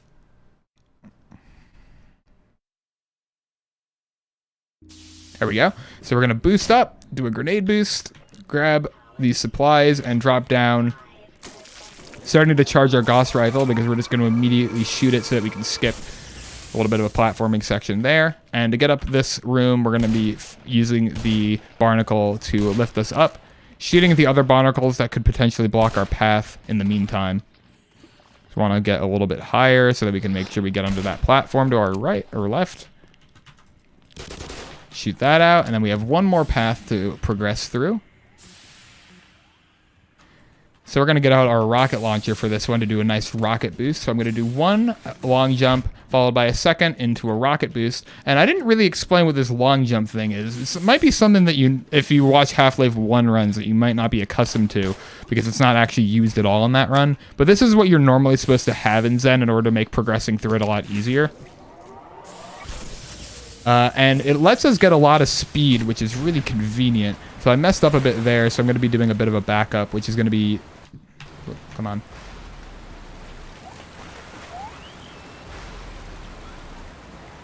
So we can... Oh. This is an interesting backup. I haven't seen anyone do this before, but we're going to make it work, because we like to do new and unique things at ESA Together in order to... Okay, let's actually just go back and try doing this a bit more normally, because I don't know what I'm doing. So this cliff part here is a bit tricky. I tried to do a backup there that I haven't actually figured out before, that the world record holder uses, but ideally I could actually... Let's try doing that backup one more time real quick here. Come on, buddy. Whoops. One more time. If I can't get it this time, I'll go back one more time, and we'll be able to get it eventually, I promise.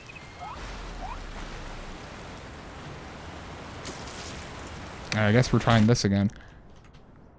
I guess, you know what? Okay, none of this is working. None of these backups that I'm making up on the spot are working. So we're just going to go back once again to our autosave. We're going to try doing this again. This is not how the video game is supposed to look, but we're having a little bit of difficulty. This is one of the harder maps in the run, in my opinion. This particular trick here is quite tricky to do. There we go. That's what you want to see. And we can do a boost off here. Have our game crash, which is nice and or not. Or we can go to 1 FPS, which is not something that normally happens. I'm just going to kind of assume that the game is going to not fix itself and relaunch it. So, yeah. Let's try that one more time. Bit of a unique issue coming up here. Our real time's looking pretty good, though. We're at 125, it seems, on the real time. So we got a good 30 minutes to do the rest of Zen. So we should be pretty set here. Hopefully, the save isn't going to be super wacky.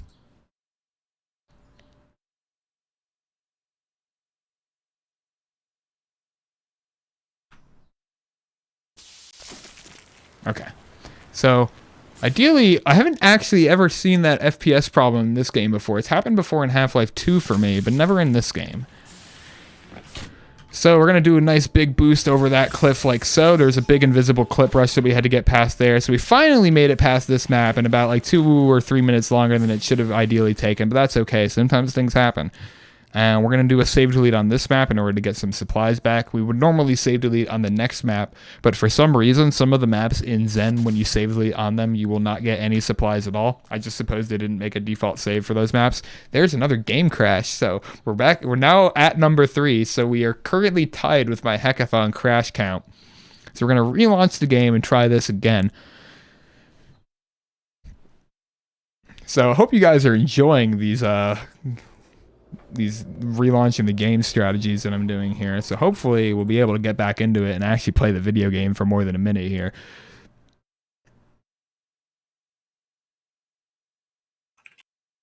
Okay. Getting back in there. There we go. Save delete. Do you have some time while you start up the game again? Sorry? Do you have some time? Yeah, go for it. Go for it.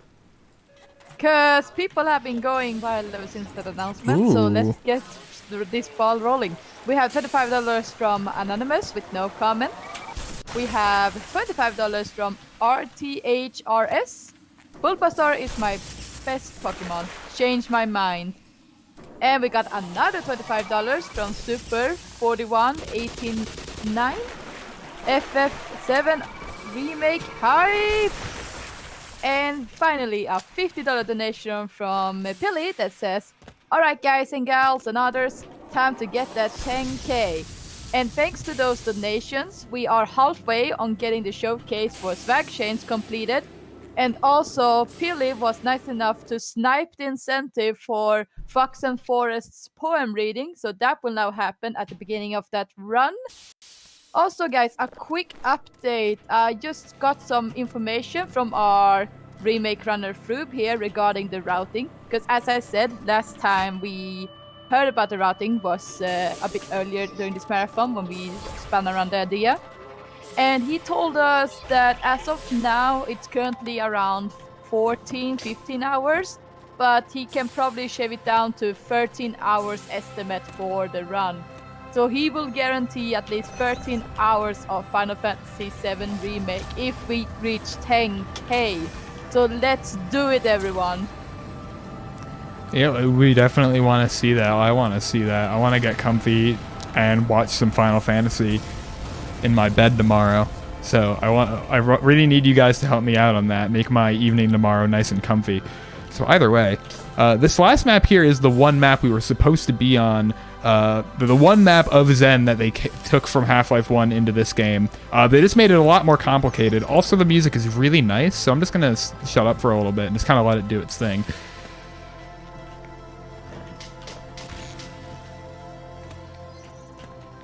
but basically what we're doing in this map is we're going to need to get a lot of these crystals into these crystal receivers, which will open up these buttons for us. We need to hit 3 of these buttons, and then we'll be able to continue on to the next chapter of the game.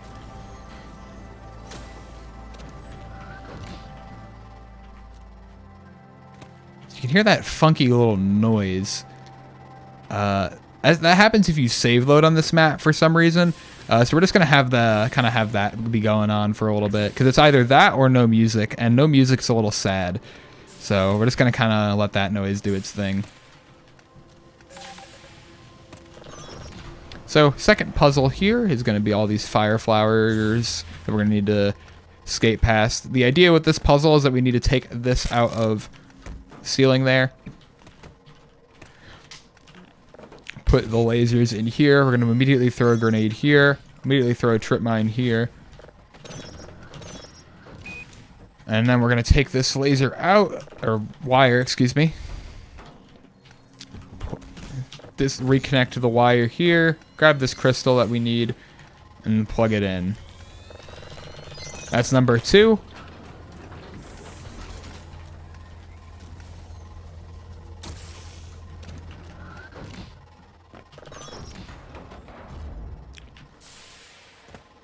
So, last puzzle coming up. We just need to make our way around. Do the same kind of thing we did before. Use this crystal on the side to get us a little boost so that we can open up the pathway back inside of the complex. Going to immediately get this wire. I'm going to throw it over here to use later. Drop down here to get another wire.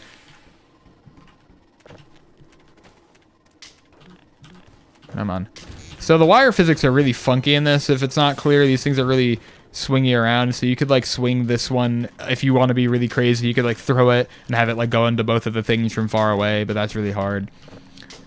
There we go. So we have activated the button. This is the last button that we need to hit for the teleport sequence. So we're going to be making our way up this elevator. We have one more crystal to put, and then the last button, which will activate the elevator itself.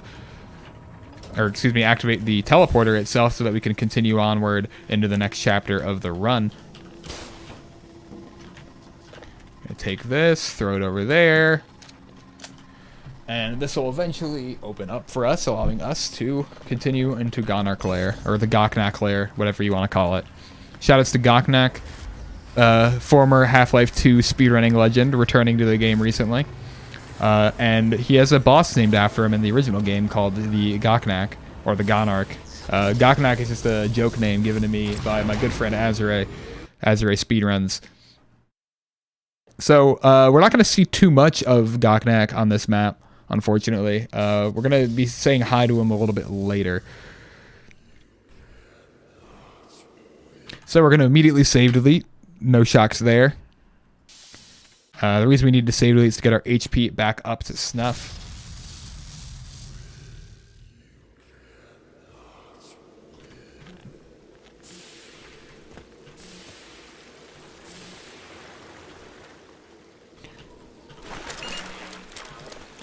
So I'm going to take this satchel, we're going to put them on this nice little bit of land here so that they don't bounce around, and we're going to do a nice big satchel boost above the whole map. So we're going to be using this to get out of bounds, which we can then utilize, excuse me, to drop down. There we go. Nope, that's too far. Don't want to be that low. So let's try that again real quick. Basically, we want to make our way out of bounds, or not out of bounds, but we're still in bounds, but we're just outside of the main map. And we want to drop down into here. There we go. Make our way around, do a rocket jump here to get above and drop down into the next map. So we are unfortunately stuck in the outside parts of the map here, so we're going to have to save delete to get back inside. So these are the maps where you're going to notice the problems with the save loads the most. The Gonarch maps are probably the worst offenders of the save loading problem in this game, so we're just going to kind of be staring at these for a little while. Every single map, because of save deleting, requires 3 loading screens as well. The initial load, save loading in order to set our save onto that map, and then the save delete command, which will delete the save and respawn us. And you could, if you wanted to be optimal, add a 4th save load, not faster in the real time, so we're not going to be doing that for this run. Also to make it so that you people don't fall asleep, looking at some save or loading screens. Excuse me. Trying to, okay, this is possibly the worst movement of all time. There we go, we did it. So now there's these little fire flower things that we're going to be shooting at to break these webs open.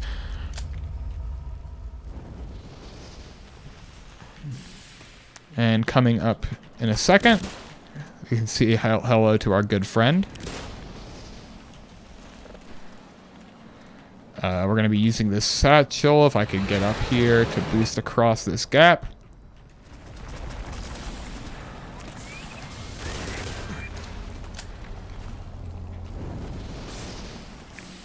Activating this explosive.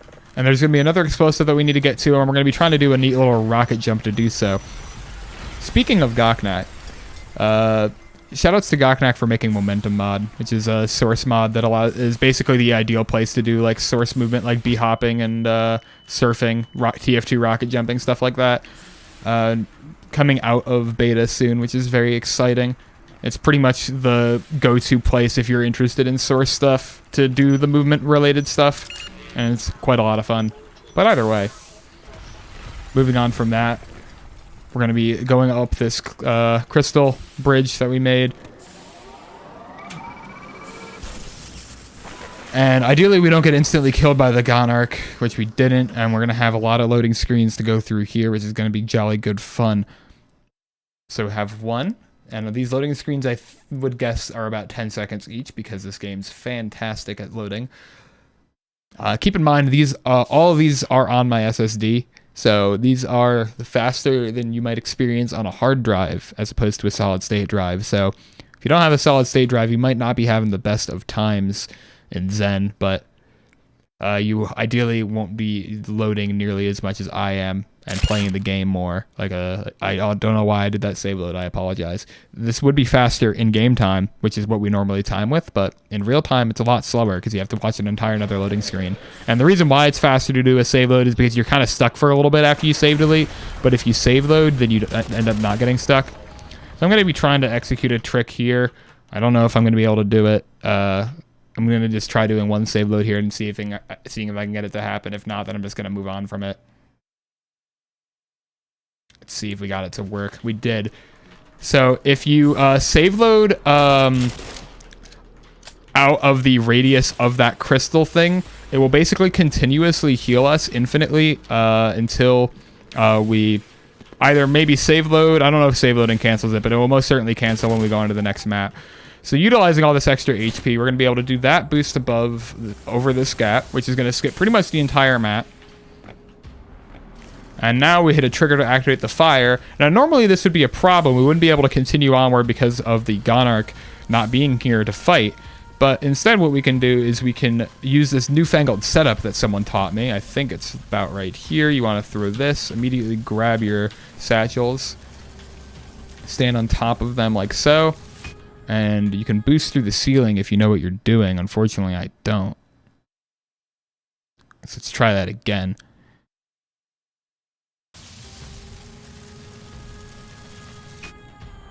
I'm going to quickly load one of these saves and try placing the satchels again.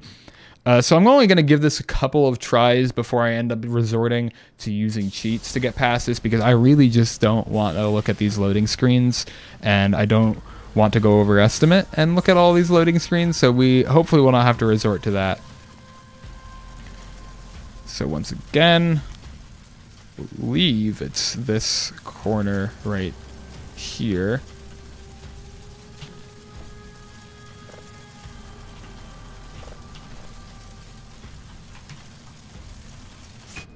There we go. Nice and easy.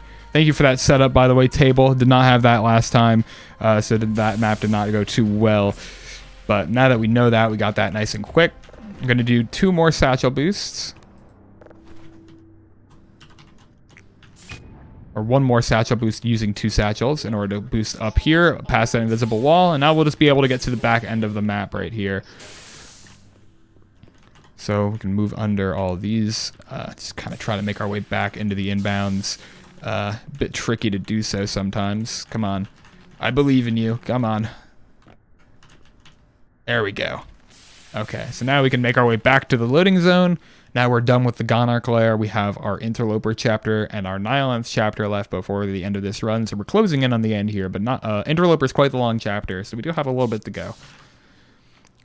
So Interloper is going to be a very, very, very explosive boost oriented chapter. We're going to be basically doing explosive boosts at every single map in order to get to the end of the map as quickly as possible. The first thing we do there is a save delete to give us our supplies back. We're then going to do a triple bad satchel boost. It did not send us over that wall, which is where we want to be going. Try it one more time. There we go. And we can hit this, land up here, which will allow us to get to the end of the map nice and quick.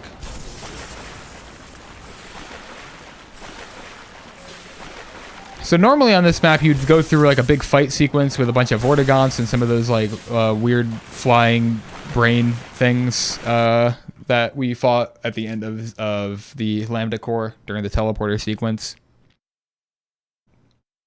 So we skipped a pretty big part of the map where we would fight those. Excuse me.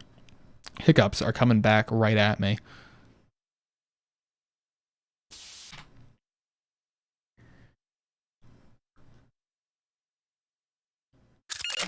So we are once again save deleting. This map is a big Gargantua race. There's a bunch of those giant blue Gargantua enemies that we mentioned earlier that we would normally need to just be running the heck away from, but we can just kind of skip most of the map with a nice grenade boost that we're going to be doing in a second. Let's try to do this fast strat. There we go. As previously mentioned, music in this game is quite good. Shout out to Joel Nielsen once again. Very, very good composer. Possibly my favorite part of this game is the music. But either way, gonna do a nice big Gauss boost over there, using the Gauss some more to get us some movement off of those launch pads. And now that we're doing that, we can go say hi to this goofy octopus looking face. That's gonna lead us to the top of this tower where we can go say hi to Sauron.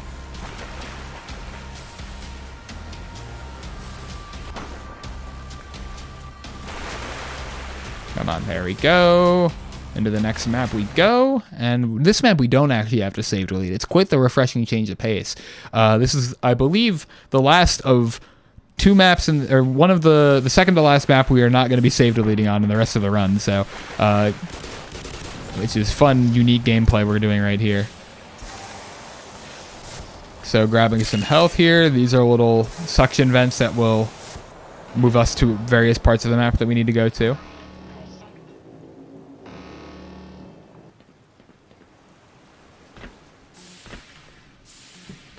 So we need to open up that doorway for us by shooting at those explosive barrels, getting our satchels out so we can do a double satchel boost. Come on.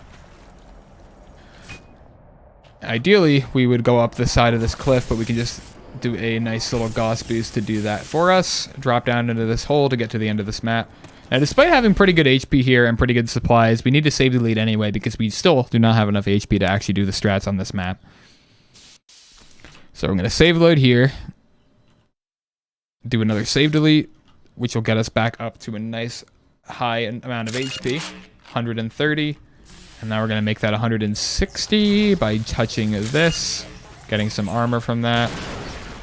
Now here I'm going to be utilizing the Gauss rifle to try to do a bit of a Gauss boost against the back of this here. Bit of a tricky trick there, but I was able to get it first try. Basically using the back end of that pipe to give us some boost up into the air. Now, we need to preserve our HP, so we need to do a very careful SMG nade boost. And now, I'm going to be utilizing four trip mines and one satchel in order to boost our way to the top of this map here. So I'm going to place this right here. Boost. Get hit by a thing. You need to avoid hitting pretty much anything on your way up here, which can be a bit tricky. Basically trying to go right in between the pipe and these fine gentlemen on the wall here. Unfortunately, having a bit of a difficult time doing that because I'm a bit of a silly gamer right now. Eventually, we might be able to do it. I promise I'm trying my best. There we go. So now we can do a bit of a Gauss boost, make our way through.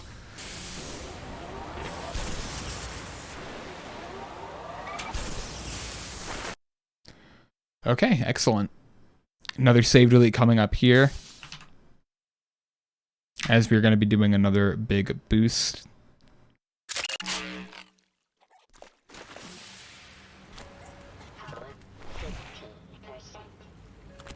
Now I'm going to do a bit of a safety strat for this boost and just quickly grab like... There we go. Quickly grab a bit of armor here. This will just make sure that I do not die from doing this triple satchel boost that I'm about to do. Ideally, I get more height off of it next time. I guess I'm going to have to put a trip mine. I suppose this isn't enough. I'm going to get some more of this to be safe. Go up to 60.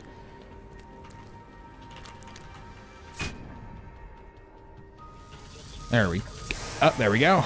Excellent. Backwards jump here into this one. And now we're closing in on the end of this map. So if there's any donations to be read or anything to be read in general, now is a good time to do so.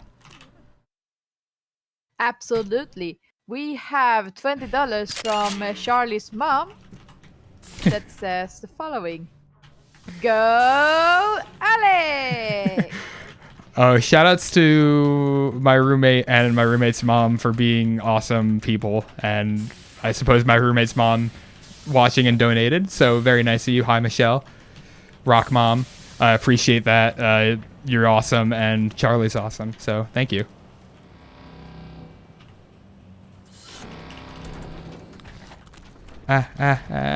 No. Okay. Bit of a sad turn of events there, but we have some trip mines to make up for that loss. So that's okay, but normally you do a triple boost here, so we're just going to do this boost like so. I'm going to land on this platform for safety, fly around, land right into this loading trigger. So I'm going to do another save load here for save deleting, because we need to do another boost on this map as usual. I don't know why I did that save load there, but I guess this one is particularly short, so it doesn't matter. So we can now make our way over these babies. And we're going to be doing another big boost here. Don't need to be too precise with where our satchels are. But we can fly above all this nonsense here. Pretty good boost there, only having to blow up one of those heart things blocking our path. So now we're going to have another save delete for the biggest boost in the game, which before we used 4 trip mines and 1 satchel. Now we're going to be using 4 trip mines and 2 satchels, and we're going to be getting quite the ludicrous boost through this next map. Quite a difficult one to do, so hopefully I'll be able to do it fairly quickly, especially because we don't want to be looking at loading screens for too much longer, now do we? So we got that save delete going. We now have a nice amount of HP and armor. Now, excuse me.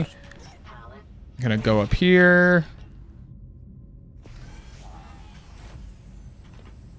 Going to take a nice shower with this Vortigaunt. Shower with your Vortigaunt simulator up to around 85 HP. And now we're just going to wait on this platform for it to go up. And it's going to drag us to the top of this part here in just a second. There we go. And now right here, off of this pillar right here, we're going to be doing a big old boost. So we're going to get our trip mine set up. So 4 trip mines. Whoops. And 2 satchels. Excellent. So we're going to line ourselves up with those, boost off that. And ideally, we want to go all the way up to the top of this map. It can be tricky to do that because there's a lot of stuff above us blocking our path. Also, we could die. Death is not generally very good for getting to the top of the map.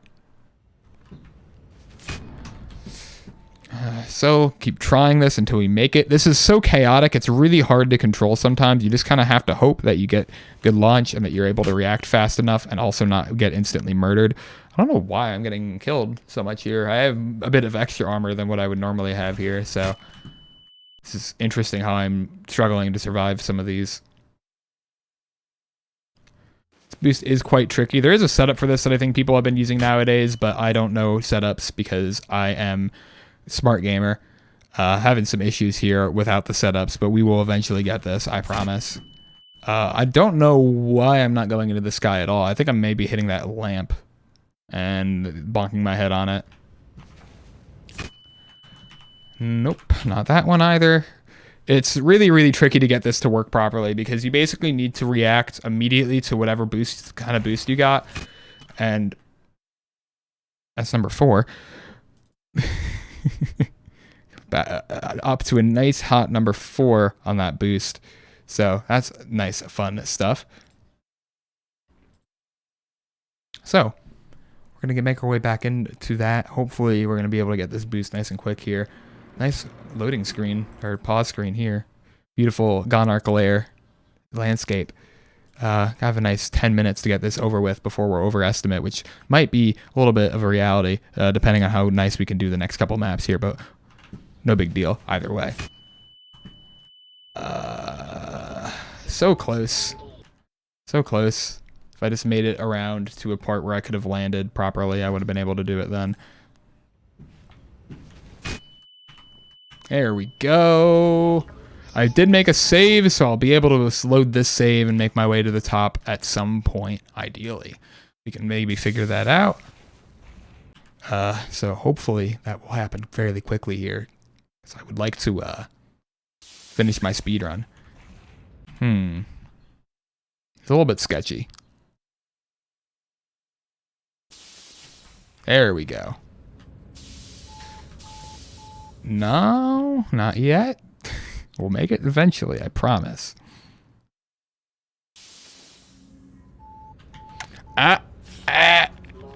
We got it. I think we're good. Come on, let's go. Come on. I think this is high enough up at least. Come on. There we go. Okay, we did it. There we go. Well, possibly the worst I've done that recently, but we can then strafe past that to skip all the puzzles on this part of the map. And finally, we can finish up with this part. And we have 2 more big maps to go. We might be pretty close to our estimate here, so which is pretty cool. This upcoming map's pretty long, but after that, we only got maybe 2 or 3 minutes of map to go. Oh, for some reason, my splits are on the wrong map, so that's interesting. But whatever, it's no big deal. So we need to do 1 more save delete. So I need to make sure I don't save any of these golds that aren't actually real. So we're gonna save delete here, shoot this out. And then immediately do a rocket jump to get into the elevator here. So something about this elevator is that we actually skipped a trigger that starts the music. Joel's wonderful music is going to come a bit later, though. Thankfully, there's another trigger that will cause the music to start, so we're only going to be missing out on it for a little bit. So while the music's not playing, any more donations to be read? This would be a good time to do it. We're closing in on the end of the run, so last couple donations in before we get to the last bits of the game here.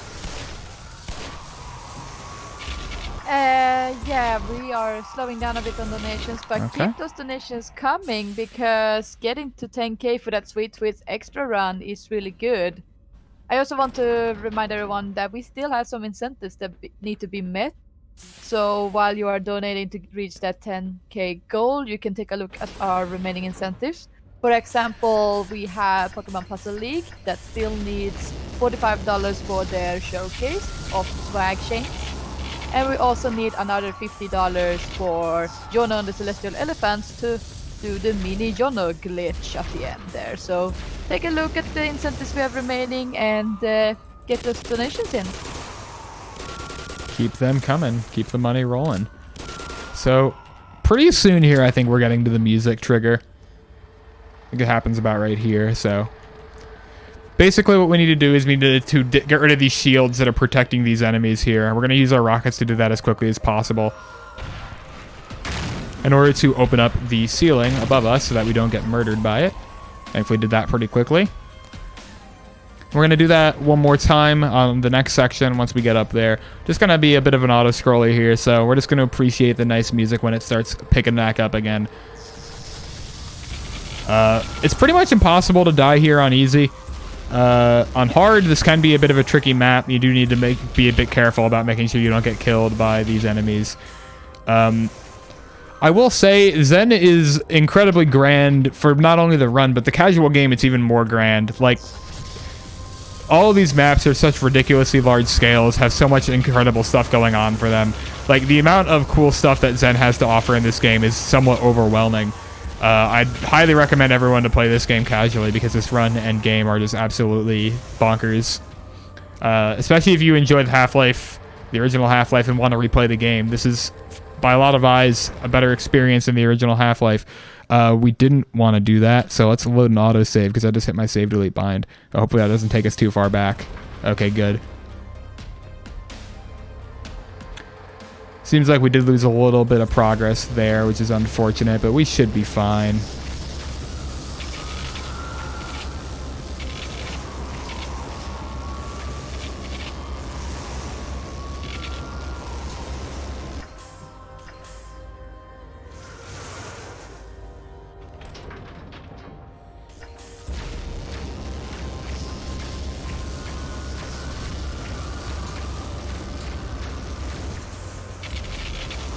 So we're just gonna, you know, take our time. Don't really need to kill these things, or we're just gonna do it because we're bored. And now, ideally, I won't hit my save delete bind.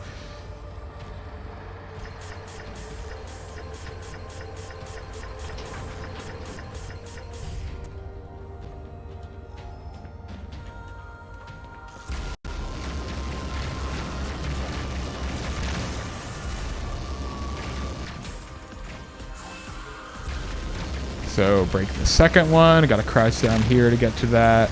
Using this Egon rifle that we got by save deleting earlier. You're supposed to get this in Lambda core, but we did not pick it up ourselves. Let's get rid of all those. Can kill all of the enemies, ideally, but we unfortunately were not able to before having to drop down. Come on. Dang.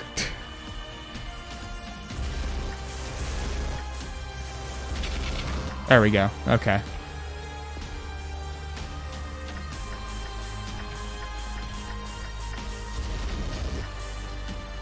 So that's the end of that. I need to fix my audio again, so my mic will go out for 1 sec. There we go. So we're going to quickly do this command again so that the audio doesn't just constantly reverb like that. So yeah.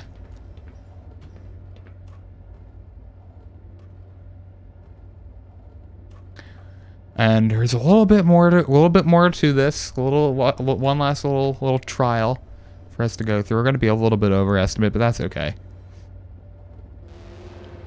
Maybe by a minute or two. That's okay.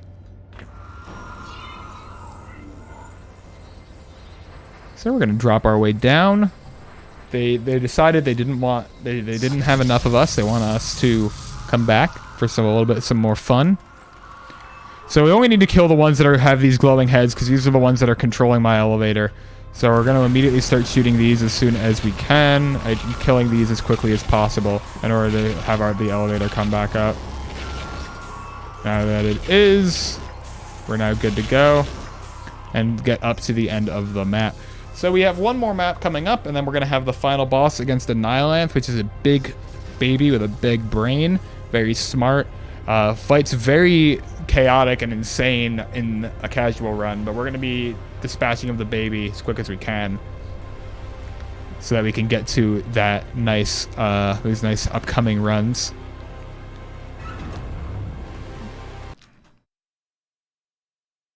So we don't have the save delete on this map, shockingly enough. We are going to do that on the next map. So we're just going to make our way through here, ignore all these enemies, and by enemies I mean items and stuff because we don't really need them. Look how pretty this game is. This game is just so pretty. So now I'm going to get these satchels ready. I'm going to use them to boost off this to get up here. Go into this teleporter, which I will immediately use my Gauss rifle to boost me into this teleporter, which will take us into the final boss. So here we go with Nihilanth. So time will be coming up in like 2 minutes or so. I will be calling that the baby's head's going to open up. We're going to shoot a crystal inside of it, and that's when time will be. So last save the lead of the game because we need to get some rocket ammo. So we're going to drop into this fight, and we're going to say hi to our friend. So, phase 1 of the fight. We're going to need to throw down all of these real quick.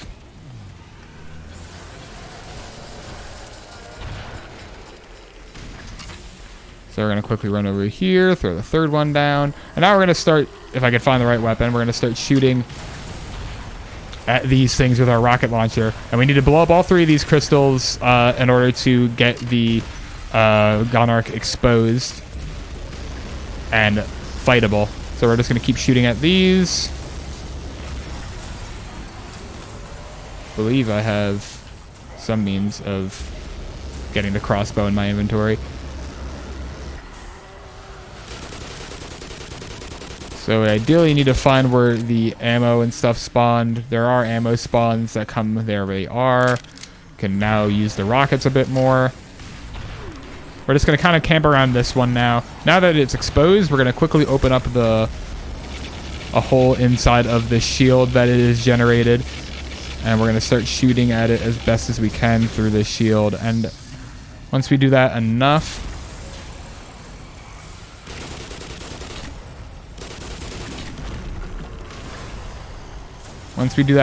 eventually it will open up these crystals. Eventually they'll do it. I promise. There we go. So now that we place all 3 of those satchels, we can just blow up all the crystals at once. Gonarch's gonna, the Nihilanth's gonna get very angry at that, and they're gonna go super mode. And we're just gonna keep throwing our rockets at it, trying to do as much damage as quickly as we possibly can. We want to get as close as possible to the Nihilanth here, because eventually they are going to open up a shield that we're going to need to try to strafe around. There we go. We're going to keep shooting at them. And now time's going to be coming up in a couple seconds here. We just need to shoot their head in, and it will be done and over with. We will have saved everybody, and there we go. Time. That is Black Mesa Source.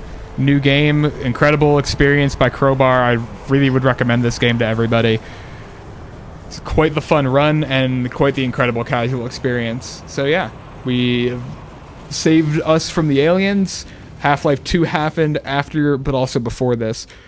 And yeah, that's about it for me. Thank you very much, Alex, for that amazing run. Now, coming up, we have our added bonus run of Pokemon Red and Blue by Genesis. It's going to be really exciting, so I hope you guys will enjoy that. That will be the end of my shift. By the time that run starts, my partner in crime, RoboSparkle, will be taking over. So I hope you guys enjoy the rest of ESA Together.